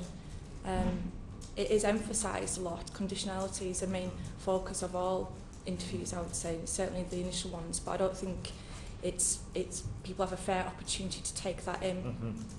Okay. Helen, you said that most people sign their claimant commitment. Is that because they've got a fear that if they don't sign it, even though they might think it's inappropriate, that there'll be sanctions? So that fear of sanctions is making them sign up for something that's inappropriate, and then the next stage is that something that they can't fulfil, therefore they're going to be sanctioned anyway. They'd be set up to fail almost. Well, yes, basically. If they don't sign that claimant commitments, that instance gets referred to the decision maker. So if you are, you've lost your job and you're desperate for money, you don't want to kind of put that off any further, especially as you now got increased waiting days for the benefit. You don't want to wait for that any longer than necessary, I would say. So you're probably under quite a lot of pressure yourself financially to think, well, I best just sign it so that I can get my payments. So the sanction's almost built in, it's just been delayed then? Can I just add a very quick case study that was in our submission? We worked with one gentleman who, in his first interview, asked for a sentence to be added to the claimant commitment that said, I'll attend all the training courses and interviews arranged for me, but only if such courses and activities will give me an advantage in finding work. And the job centre refused that additional sentence and consequently sanctioned him for not signing the claimant commitment. Okay. Right. It's this 35-hour issue. I mean, ever since we've been discussing this, I've wondered how that can be evidenced in the sense that, and my fear, and it's comments perhaps not just those people working and elsewhere, my fear was that then itself becomes quite box ticking, because how do you assess whether somebody has spent the requisite time unless you're just making a judgment about, well, if you're spending that time, you should do so many things. It becomes quite... How do you judge whether somebody spent 35 hours a week on their job seeking? I mean, this goes back to the kind of the point that I think Paul was asking about before, is that we believe that it should be an investment in the relationship between the advisor and the claimant. So if they work together and they spend that time to really understand their situation and the kind of activities they can be expected to do, then they'll be in a better position to be able to judge whether somebody is complying with them or not. And at the moment, it's a much more kind of transactional relationship, not because of that's what job centre staff necessarily want to do, it's the kind of position they're put in. And it's only through investing in that, the resources in giving advisors time to work with people and understand their situation, that they will be able to make better judgments around whether they're complying or not. Can I just make a point that it's not necessarily the same advisor who would refer them to a decision maker if they've met the claimant commitment, the conditionality as well. There's an assumption being made that they go back and see the same person each time. I think that's the aim, but on occasions they'll go back in and there might be in a job centre somebody who's on, they call it the DMA diary, so they'd see all the people who've been referred to them that day by the band Bs, the people who do the signing.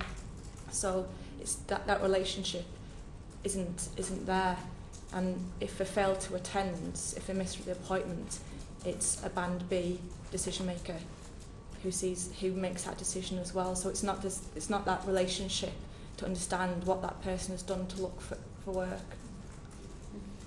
Right, Anne-Marie, I think we've got the next set. Thank you, Chairman. Graham and I are going to look at JCP sanctioning targets, so the question principally for Mark and Helen. So if I can start perhaps with you, Mark. When Neil Cooling did his report in 2013 for the Secretary of State, he noted that when the sanctions benchmarks were removed in 2011, he suggested that conditionality was no longer being enforced appropriately by some individuals. Clearly everybody has a different view about whether or not sanction is right or wrong, but if you're employed in the system and that's the law, do you agree that your members, whatever their personal views and indeed whatever the union's views are obliged by law to, if you like, enforce the law? Well, certainly, and bearing in mind we're representing 67,000 people working for Job Centre Plus, our view is that staff are employed as civil servants and they are obliged to carry out the duties that the law stipulates. I think the issue for us here is not whether people are applying the law, it's whether the system that has now developed actually overly emphasises the pressure on staff to make sanctions, referrals and adverse decisions, rather than emphasises most that their main key function should be to build up a relationship of trust and support and help people back into work. And we can supply, and in fact we've got evidence from staff surveys and indeed extracts from people's performance improvement plans and their appraisal interviews, where the emphasis on making sanctions referrals and making 80% adverse decisions is astonishing. There is, for example, an effect on staff if they're not seen to be sanctioning enough. In fact, they cannot get a part of their pay rise. But there is no facility for people to be told off if they're making too many sanctioned referrals. So in other words, this whole emphasis is now, and this is our big problem, what our members tell us, that they came to this job to help people back into work, and now they feel their job is to trip people up and to find reasons why you can sanction their benefit. And that meant that the relationship of trust that is so important is breaking down. Assaults on staff have increased dramatically in the 2 years since the regime was tightened up. And what we now see is often civil servants, many of whom are fantastically low paid, 40% of whom will be entitled to universal credit, are now the target because people think it's there to blame. And I think that the pressure put on individual members of staff is distorting, therefore, the job that people should actually be doing. And I'd finally say that what we think that the reason for that is that there seems to be an obsession with designing a system for the tiny proportion who may be seeking to flout the rules, rather than a system that should be entirely geared to respect claimants, believe they do want to get back into work, and we should be helping them doing it. And that's where the service has changed so markedly, and all the evidence we have from our members is that's why Job Centre Plus is now such a worse place to work than it was previously. And I should finally add that it's not the union, therefore, who doesn't agree with the sanctions policy, because we've decided that. Our position on believing sanctions actually do not help but hinder has arrived at from the members themselves who are delivering the service, and them saying to us this is now essentially corrupting what they think they should be doing.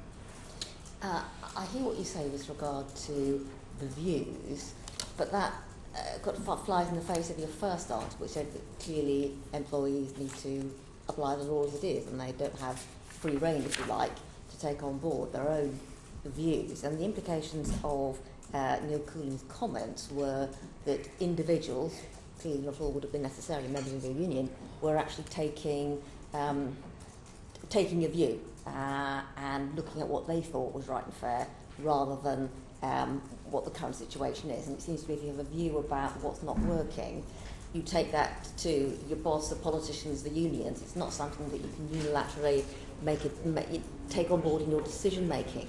Do you think that the drop in the conditionality being applied appropriately was because individuals were, if you like, making a judgment rather than just following the rules? I hear your comments about the rules, but simply about the action of the members. Yeah, in terms of Neil Cooling's report, which in May 2013, it was very, very limited. I mean, most of the evidence that he looked at, because it was meant to look at some press reports that had been leaked, showing that there were targets indeed in some areas of the country around sanctions. His investigation basically looked at those press reports, a brief discussion that he'd had with us and information that we'd supplied, and some discussions with his senior managers. Now, I don't consider that, and I don't think anybody else would consider that a full investigation into the situation. And I'm not sure where he came to the conclusion that people were choosing not to apply conditionality, given that the sanction referrals had so much increased since the change in the regime. So his investigation and the outcomes were flawed. Okay, so fundamentally what you're saying is he didn't have enough information, wasn't looking in the right place, and that what he said wasn't true. Mm-hmm. Can I just ask you a supplementary? Clearly you don't agree with what Mr. Gooding said. Let's, for the sake of argument, say that maybe he had a point and there were some people who were inappropriately using their own judgment. And let's, for the sake of argument, say that a manager recognised that was happening. Then would you agree that it's right that a manager then take disciplinary action? I'm assuming, of course, we have an example where manager looks at an individual, looks at the case, says, I think you've applied your own judgment rather than applied the system. Therefore, disciplinary action. Now, do you think that's right? Should he be entitled to do that? Clearly, a manager has to manage, and if they believe that somebody is not applying something in the way it should be, it is right to take that up and discuss it with people. I think our evidence, however, is it's actually the opposite problem that is the one that we should worry about, which is the fact that the pressure and the targets and all the move from the top is that more and more people should be sanctioned, and that if you're not doing enough, you're penalised, but if anybody's doing too many, nobody actually looks at it. And all the internal documents, the performance appraisals of targets that are set, are focused on this 80% adverse decisions, and more referrals should be made. And this is why I think, from our point of view, we strongly support the call for an independent inquiry that was made, and we think it should be very far-reaching. And we think that certainly it should look at the effectiveness of sanctions, whether people who are sanctioned are actually going into work or not. What's the equality impact of sanctions on people with disabilities and mental health issues and single parents?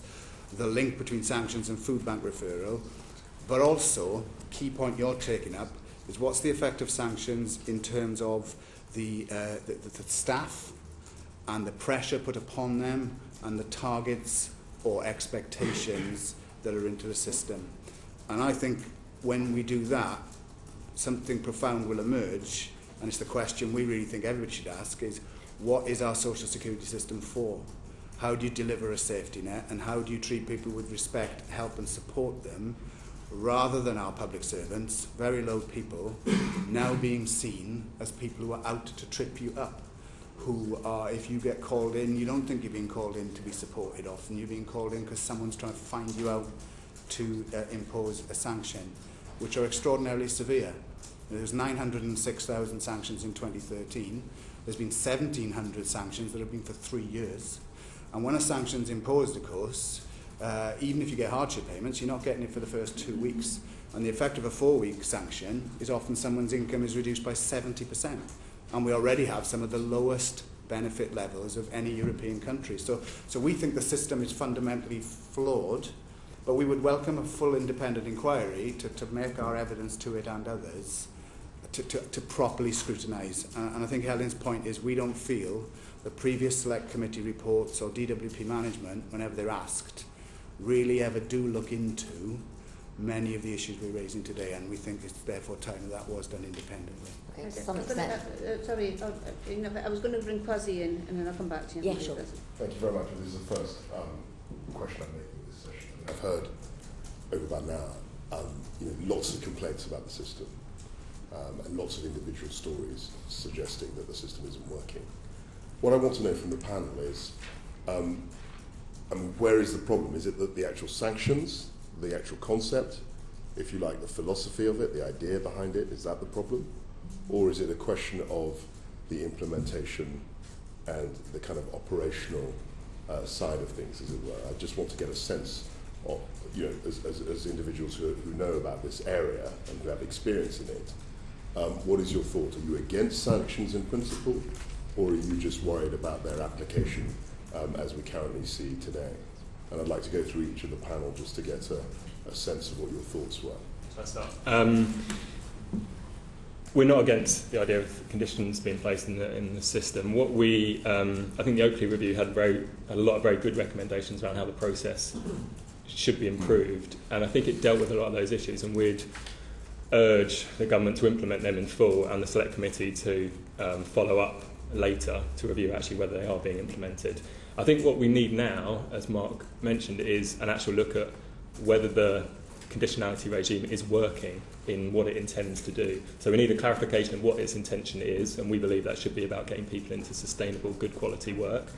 There's no evidence that it currently does so, and further, kind of the stricter regime that's brought in 2012, there's been no evidence that that in itself is necessary and has had any positive effect, though we've heard quite a lot of evidence of the kind of negative impact of that. But you accept the principle, that's something that you don't? Yeah, I mean, we're a work programme provider. We currently raised out to ourselves. We see in a very small number of cases that it should be a tool for advisors to use, but as other people have said, it is in a very small number of cases. The vast majority of people are very motivated to work, and at the moment it's actually pushing people further away from work.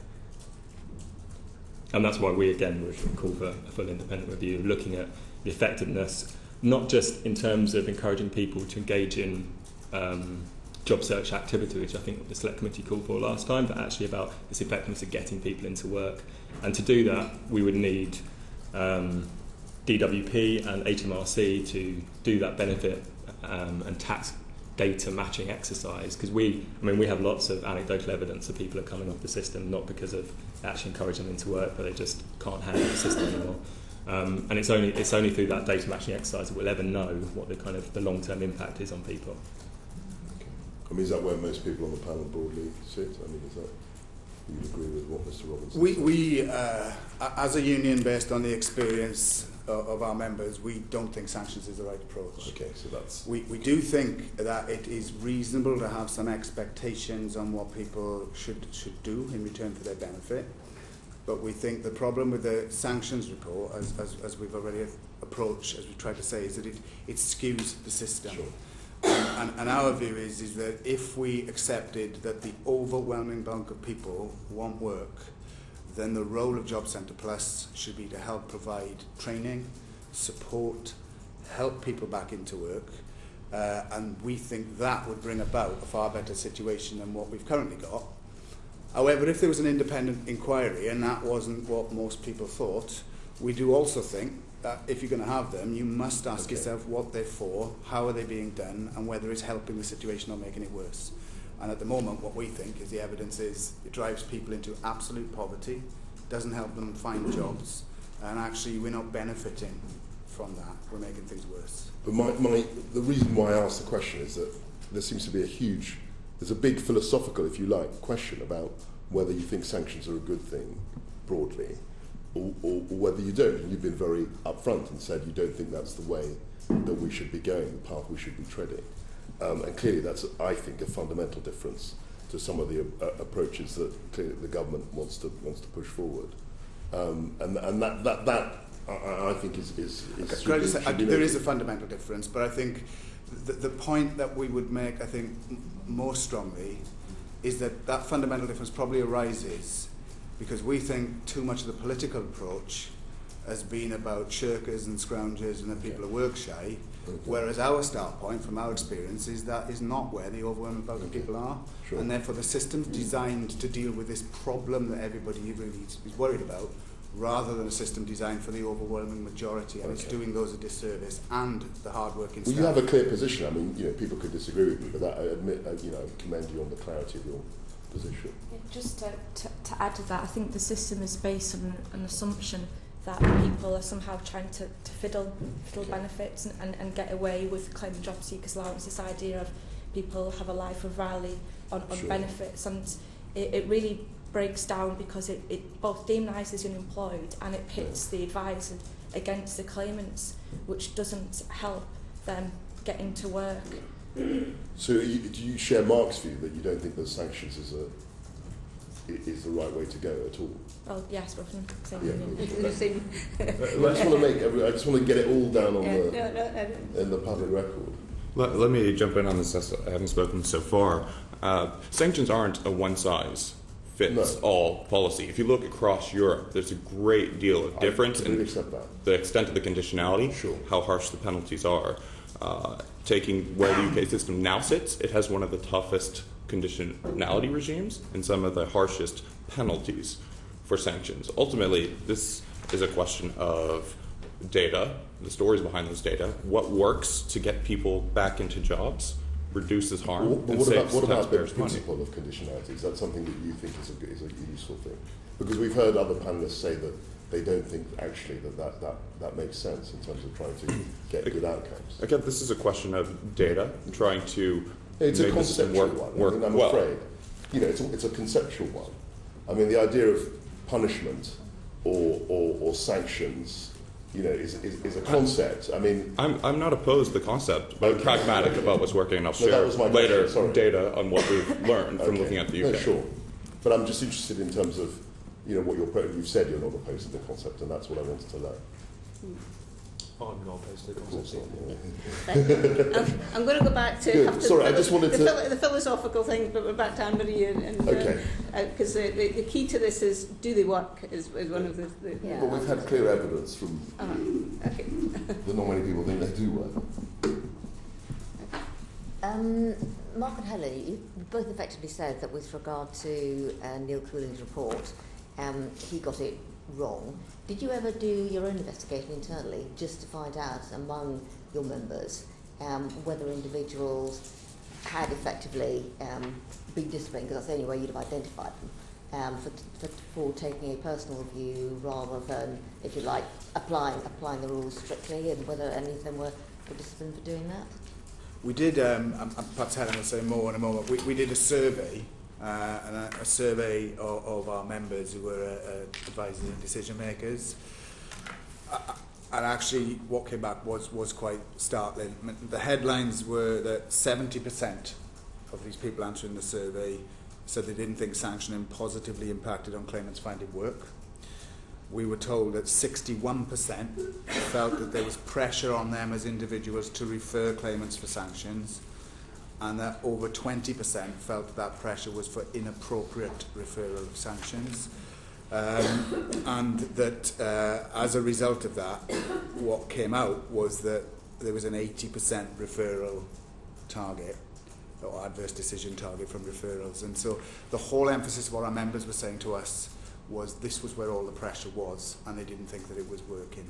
And the knock-on of that was they felt, therefore, it introduced fundamental barriers between the relationship between them and the public, which was the most, if you like, morale-sapping part of what information was coming back. So there was clearly a lot of feeling that the system wasn't working, but to what extent did that impact on people's judgment and therefore the activity, how they actually did their job? Because I suppose the question I was asking was less about the research about what they thought and more about, was anybody actually disciplined because they weren't applying the rules? Well, the survey also found that 61.8% felt they'd experienced pressure to refer claimants where they felt it was inappropriate to do so.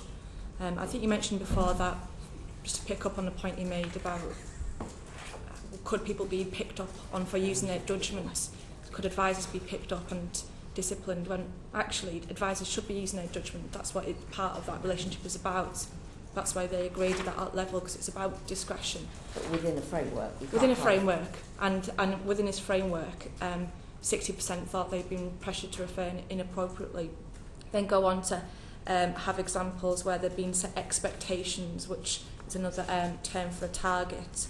10% they thought they'd been given the lower appraisal marking, because it's not disciplinary procedures to go through, it's capability or performance procedures. And as a result of that lower performance marking, they don't get part of their pay rise that year. Anecdotally, as a union rep, I've also represented quite a few members in my own job centre where they've been given that lower marking, and the reason, either kind of indirectly or sometimes directly given to that member, is because you've not made enough referrals throughout the year. And it's not necessarily, you might think, well, maybe they hadn't, but they had made some referrals, and how can how can it be enough unless there's a figure set? They didn't look at actually how many people got into work, you know, what were they doing as an advisor otherwise, looking at just the number of referrals. Could I just add one, because you did ask, that we've got one, if I could just read you one small extract of what one of our members has said, who's a decision maker. For obvious reasons, we wouldn't want to say who that was or what office it was, because there is a climate of fear for many job centre plus employees, but it says that at our benefit centre we are very closely monitored around sanction rates. Each week everyone is given a printout of the percentage of sanctions decisions that are being made. This is clearly a bullying tool in order to bring people into line with senior management's requirement for 80% of referrals to be a sanction. In one-to-one meetings, the managers then strongly focus on why we must achieve the 80% sanction rate. We are being forced to make adverse decisions and conducting perverse behaviours in order to achieve unachievable targets, all to get to the 80% rate of sanctioning. And that wasn't from a union rep, that was from a frontline decision maker, which we think sort of, at least in that one case, anecdotally, we hope supports the general view we're trying to get across, which is the pressure is all in one direction. And that's what people are so uncomfortable with. I'm going to have to move on. Graham's got a short question on this one. To Helen, we've spent a lot of time in Job Centre Plus, and I personally have 2 Job Centre Plus, and I pay tribute to your members and the staff, because the ones that I see and speak work very hard, and they're dedicated to helping people, job seekers, get work. And indeed, something's working, because unemployment's down. More people in jobs than there ever been before, and in my constituency, it is falling long-term unemployed. And the targets that you were talking about, Mark, I see targets in Job Centre Plus, and they're entirely positive, because the number of long-term unemployed are coming down, and the number of youth unemployment is coming down. So I see positive targets in Job Centre Plus. As regards to the appraisals, do you have any evidence of inappropriate targets being set in recent times? Because my feeling of Job Centre Plus is that it might be just my constituency, but I have outstanding Job Centre Pluses in my constituency. They work very hard. I'm particularly impressed with your members, and they don't seem to share your rather sanguine view on life. They work very hard and they find their job enjoyable, helping people find work. I mean, we've given you some examples there. Yeah, negative examples, but there's a lot of good practice out there, and we've not heard that in your evidence. Yeah, I'm not by any means putting down the work of our members in job centres. We also think that they work extremely hard in difficult times to get people into work. But what we're saying that this doesn't help, and this is creating a negative situation. You can't say that sanctioning has somehow created a boost in the labour market and helped those people into work. We're saying our people do work hard, but this doesn't help. And these are negative targets. You also have positive targets of trying to help people into work, but if it's an 80% target on adverse decision rates, that's in the benefit centres, not in the job centres. That means they're told that 80% of the referrals that come up through, you must sanction, as well as in the job centres, they're being told you must refer more people for sanctioning. How is that positive? Well, what my question was, I've seen no evidence of any targets for sanctions. If you've seen targets, then tell us. In recent times, I am trying to tell you that we have seen. No, but tell us evidence. where. Tell us where, and what are you doing about it? Well, what can be done about it? What we do, and what are you doing about it? What are you doing about it? Right. What we do about it as a union, we have armed our members and our representatives with information and with tools to go out and challenge managers. So where this comes up, we do have a good record of our representatives going to managers saying this is inappropriate behaviour, and managing to get that squashed to some extent. But you know, we're not here to police the department to that extent either. We do raise things. I tell you what, we have the 80% that you've quoted, Mark. Is that? That's not a figure we recognise from anything we've got. Can you provide us the evidence? And I think that would help to satisfy. We can supply all of this stuff I've got. Right, okay, we just want to useful. anonymise it, and it's extracts from people's. Okay. I think that would be useful. Because one of the recommendations of our investigation into Job Centre Plus was where there is examples of outstanding performance in Job Centre Plus centres, that they should be named, and that should be used as an example of best practice, which could be duplicated throughout the Graham likes best practice, and he asks that of everybody. So Can I just... Sorry, could you say one of the problems is where we do raise it with senior management, where there is evidence of this behaviour and they don't stop when it's raised at a more lower level.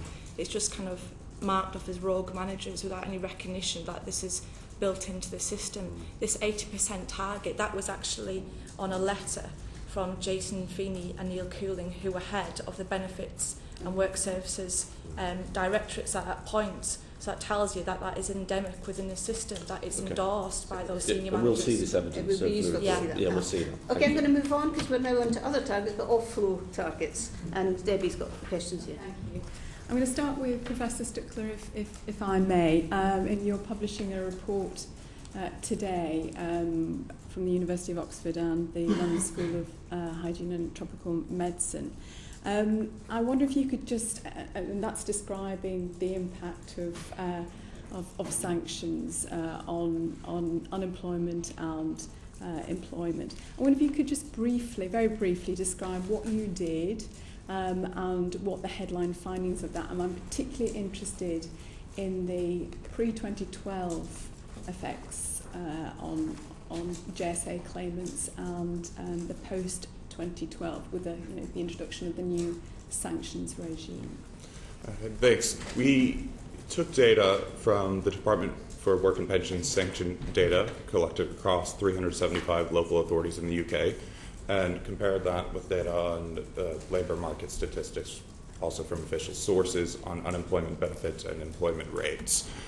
And then we compared the pre-2011 and post-2011 period when the UK coalition government began to reform the work and sanctions regime.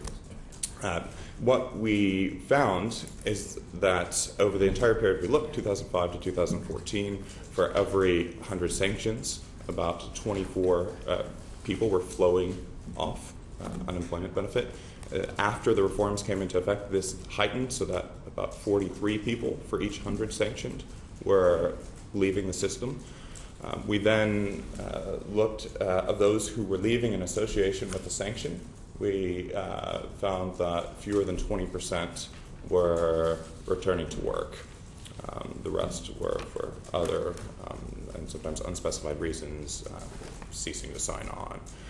We also looked to see if we could find an effect on employment rates and of sanctioning across the local authorities and didn't find it. So that led us to the conclusion that sanctions appear to be driving people off benefit, but few return to work. Thank you. That's very clear. So 43% currently, since the 2012 regime, people who are JSA claimants who are sanctioned leave JSA, and 80% do so for reasons other than employment. That's quite significant figures. Today we're publishing, or the ONS will be publishing JSA claimant count figures. And if you estimate that in December 60,000 JSA claimants would have been sanctioned, that would suggest then that the unemployment figures, based on the estimates that you have suggested, will be about 25,000 lower than they actually are. Would you agree with that? We haven't made that specific calculation, which is difficult to do in part because our data that were the latest available from official sources only went up to March 2014 at the time. So we'd be extrapolating. Some people also received multiple sanctions, and in the data we analyzed, there could be some small degree of double counting. But if you extrapolate the 43% estimate, that it could be as high as the number you suggest. Thank you. What do you think is happening to the people that leave? It's a very good question, and unfortunately one that we're not able to answer with the quantitative data that we have. We're following up with qualitative work in some of the regions of the UK that have some of the highest rates of sanctions being imposed, such as Derby. We're also looking at Oxford, Manchester, and a few other sites. Okay. And what do you think should happen then? What sort of investigation do you think needs to to be followed on from your work in terms of the qualitative and longitudinal study as well? One concern we have is that if, as our data show, people are not receiving benefit but also not into work, this puts them in a highly precarious, vulnerable situation. There's evidence from other countries that when people encounter this precarious situation, they interact with highly costly social institutions, hospitals, jails, homeless shelters, emergency food banks and shelters, which can cost net more to taxpayers. So we look to perform a full cost-benefit analysis that looks not just narrowly at employment, but the wider and potentially hidden costs of sanction. Okay, thank you so much, Professor Stuckler. Can I just get Nigel in? So just a quick question, Professor Stuckler. I was just trying to work through the numbers you were quoting, and I was looking at your figure 3 in the report you've published today, which says of 46 who receive an adverse decision, 20 move off JSA, 3.5 for work, 16.4 to unknown destinations, and none for other reasons. So when you say fewer than 20% find work of those 20 that leave, I mean, how many of those 16.4 to unknown do you actually know didn't go into work? 16.4 to unknown. Well, so job centres, when they close an unemployment benefit claim, record the reasons why. Sometimes. And the majority of cases, it's correct, it was made optional in 2009, but over the period we've looked, it's hovered at about 55% were and still recorded in the system. And the job centre staff would like to be able to goad persons as having found work. So we think these data would overstate the extent to which people who leave are finding work. I guess and our calculation was based on those job centre If I've been reports. sanctioned, I'm not going to be desperately keen to ring up and tell the job centre I've just found work, am I? I mean, there must be a little bit of fear here that actually this unknown could be completely unknown. It could be a decent chunk of those could have been going into work. You just don't know, I guess. Is that which kind of makes the finding a little shaky, doesn't it? It's covering, again, 55% of those leaving. I do a lot of work in epidemiology, and that's a good response rate that's used for many studies of diabetes, obesity, heart disease, breast cancer, to name a few. But it does just point to the need to collect data, ideally longitudinally and at the individual level, as has been done in other countries, that can give more definitive answers to these questions about where people are going. But there's no data yet. There was nowhere in your study of looking at real-time information feeds from PAYE data to actually check whether people who had been sanctioned and got off benefits were having tax or NI recorded against them. That kind of study hasn't been done, and that data wasn't available to you, in fact. The real-time data with precise categorization of destinations, unfortunately, is not available. But it would be possible to do. Other countries have done it. Can I just ask, sorry, I'll come back to you in a minute. Can I just ask in terms of, about the targets and how those targets were essentially, in the research you've done, were you able to see whether there was difference in sanction rates across the country? You know, that some areas have high sanction rates and some others are not, and what were the characteristics of the ones that had high and the ones that had low sanctioning rates? Yes, that's a good point. There's a remarkable degree of variation in the extent to which sanctions are being imposed in different regions, as high and above 10% in Derby, Preston, and a few other local authorities we cite in the paper, and lower, below 3% in others. We haven't gotten to investigating the reasons for those discrepancies, but that's the next step we're taking. There's no correlation between areas of high unemployment have high sanction rates, or you know, I've got an area of fairly low unemployment, but I don't know whether sanction rates are therefore higher or lower because of that, because the cohort that are reporting to Job Centre Plus are the ones who are much harder and further away from the labour market. Otherwise they would be in a job in well, what was until the oil price collapse, a very buoyant labour market. I'm going to have to change what I say now. That's something we're looking into in the international literature. There's been a suggestion that sanctions work less well where jobs are scarce and unemployment is high. So that's we'll get back to you when we have answers. Very quickly, one for you, Professor Stuckler, as a follow-up. I mean, you rightly have included confidence intervals in the sensitivity analysis there. So there is considerable confidence in terms of the figures that you have produced. Appreciate that these statistical models are difficult to understand to a lay person.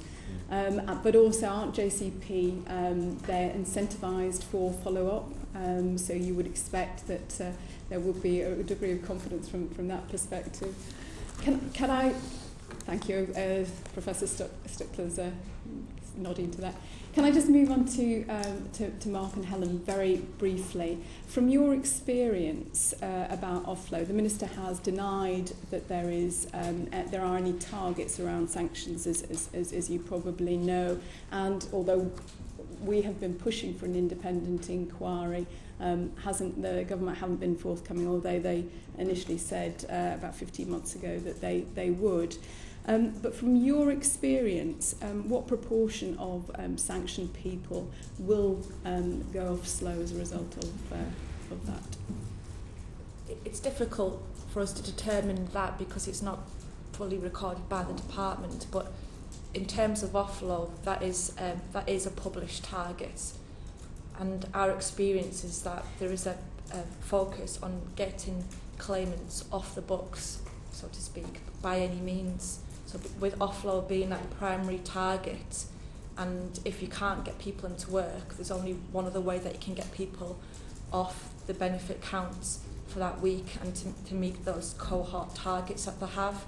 And as Mark said before, we fully agree that it should be an fully independent review that looks at the sanction regime as a whole rather than just individual areas of issues, because the problem with having these individual areas that it can sometimes lead to negative and perverse behaviours. So if you look at the cancellation rates or number of referrals that don't result in a sanction being applied, that's where you get this practice where they brought it in about 80% of referrals must now result in a sanction to try and even it out, but that's obviously the wrong approach to take. Thank you. Thanks very much. And the last section before everybody disappears off, Teresa, who wasn't here at the beginning, but she had a good excuse. She had a Westminster Hall debate. Thank you. Yeah, apologies for not being here earlier.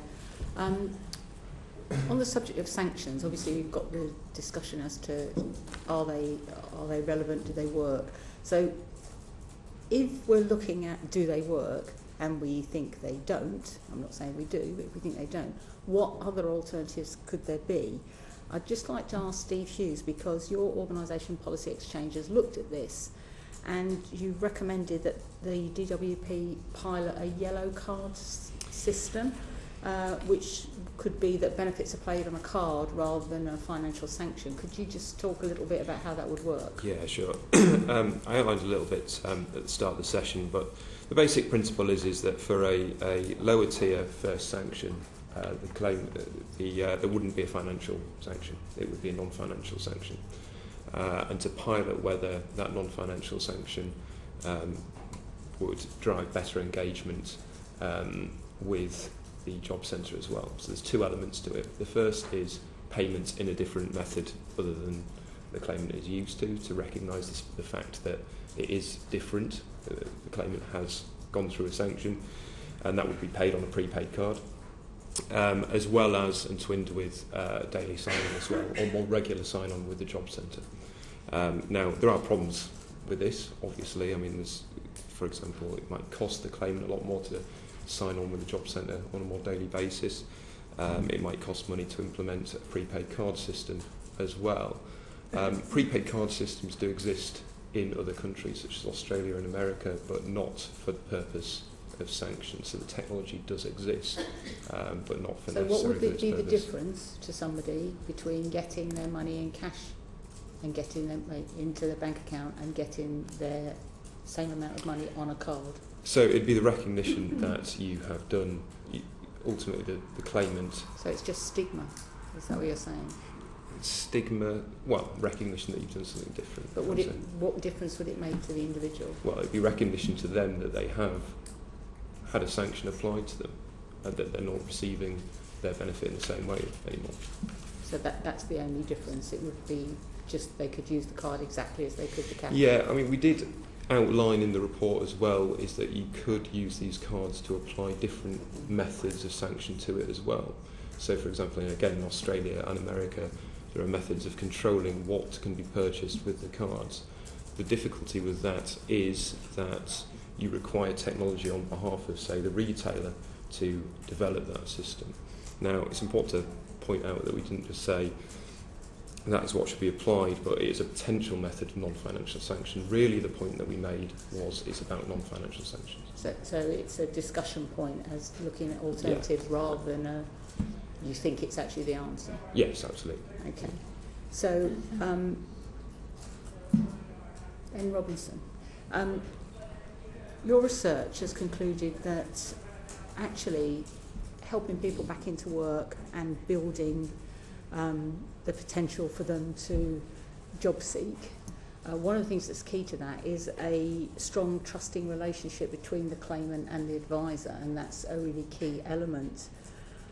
Do you think that the potential financial sanctions has an impact on that relationship? Do you think that when the person you're meant to trust and engage with is the person who can stop your money, do you think that that's a It certainly can be. I mean, we did a survey with the Employment Related Services Association that surveying a number of work programme providers, and the feedback from that was 60% of advisors thought it did have a negative impact, but I think it was about the same proportion also thought that it should be part of the system. So it does have the potential. As a tool, yeah. I mean, I would just say, I mean, I agree with Steve that we do need we need an alternative for the first sanction, a non-financial sanction, and we would say that, agreeing with somebody from the previous panel about a first warning system, so that would give an opportunity to check whether the claim commitment was appropriate, to check in, to ensure that it's kind of appropriate to their current situation, as well as signifying that there has been an offence. That's a more appropriate way of doing it without kind of causing the kind of confusion as well as the stigma attached to. So do you think there's any evidence that financial sanctions actually drive behaviour? Well, we would strongly urge a review to see whether it does actually improve job outcomes. I mean, anecdotally from some of our work, as I said before, we believe it can do in a very small number of cases, only where the primary barrier is attitudinal. As I said, the vast majority of people do want to find work, and therefore it shouldn't be, I mean, the severity of sanctions at the moment is so out of proportion to probably the benefits that it could cause. If you see what I'm saying. So what you would suggest is, as a first instance, some sort of marker, but not necessarily a financial sanction. Have you any thoughts on what that could be? Would it just a verbal warning, or actually something else happens, or increased signing on, or what have you? Well, I mean, not dissimilar to, say, a normal workplace where you maybe having a formal official warning, where you would check whether the conditions placed on people are appropriate, but also the level of support that they're receiving is also appropriate. So this gets back to the idea that claimant commitment is a reciprocal arrangement where they can expect a certain level of support from the job centre, as well as a kind of an appropriate assessment of their situation, as well as kind of the number of kind of requirements on them as well, before kind of the financial sanction kicks in. I mean, we would also say that while that review is taking place, we would strongly urge the system to revert back to before 2012, before it became that much more stringent, because there's just no evidence that increased severity has had any positive impact on job outcomes at all. Thank you. Well, thank you very much. We've exhausted our time, but probably not our questions. But if we can have the extra evidence, that would be grateful. Just to point out, the reason for this inquiry is that we thought we got the Minister to agree to the independent inquiry you mentioned in your evidence, discovered that she hadn't. So that's part of the reason for us holding this inquiry. But we don't have, as a select committee of the House of Commons, the breadth of ability to do a full independent inquiry that the government can commission. So, so that's part of the thing that lies behind the reasons behind us looking at this. But it's obviously an important issue and affects not just your members in the PCS, but actually all of our constituents who are affected by the sanctioning regime. So thank you very much for coming along this morning. Your evidence will be very useful for when we come to write a report. So thank you very much. Order, order.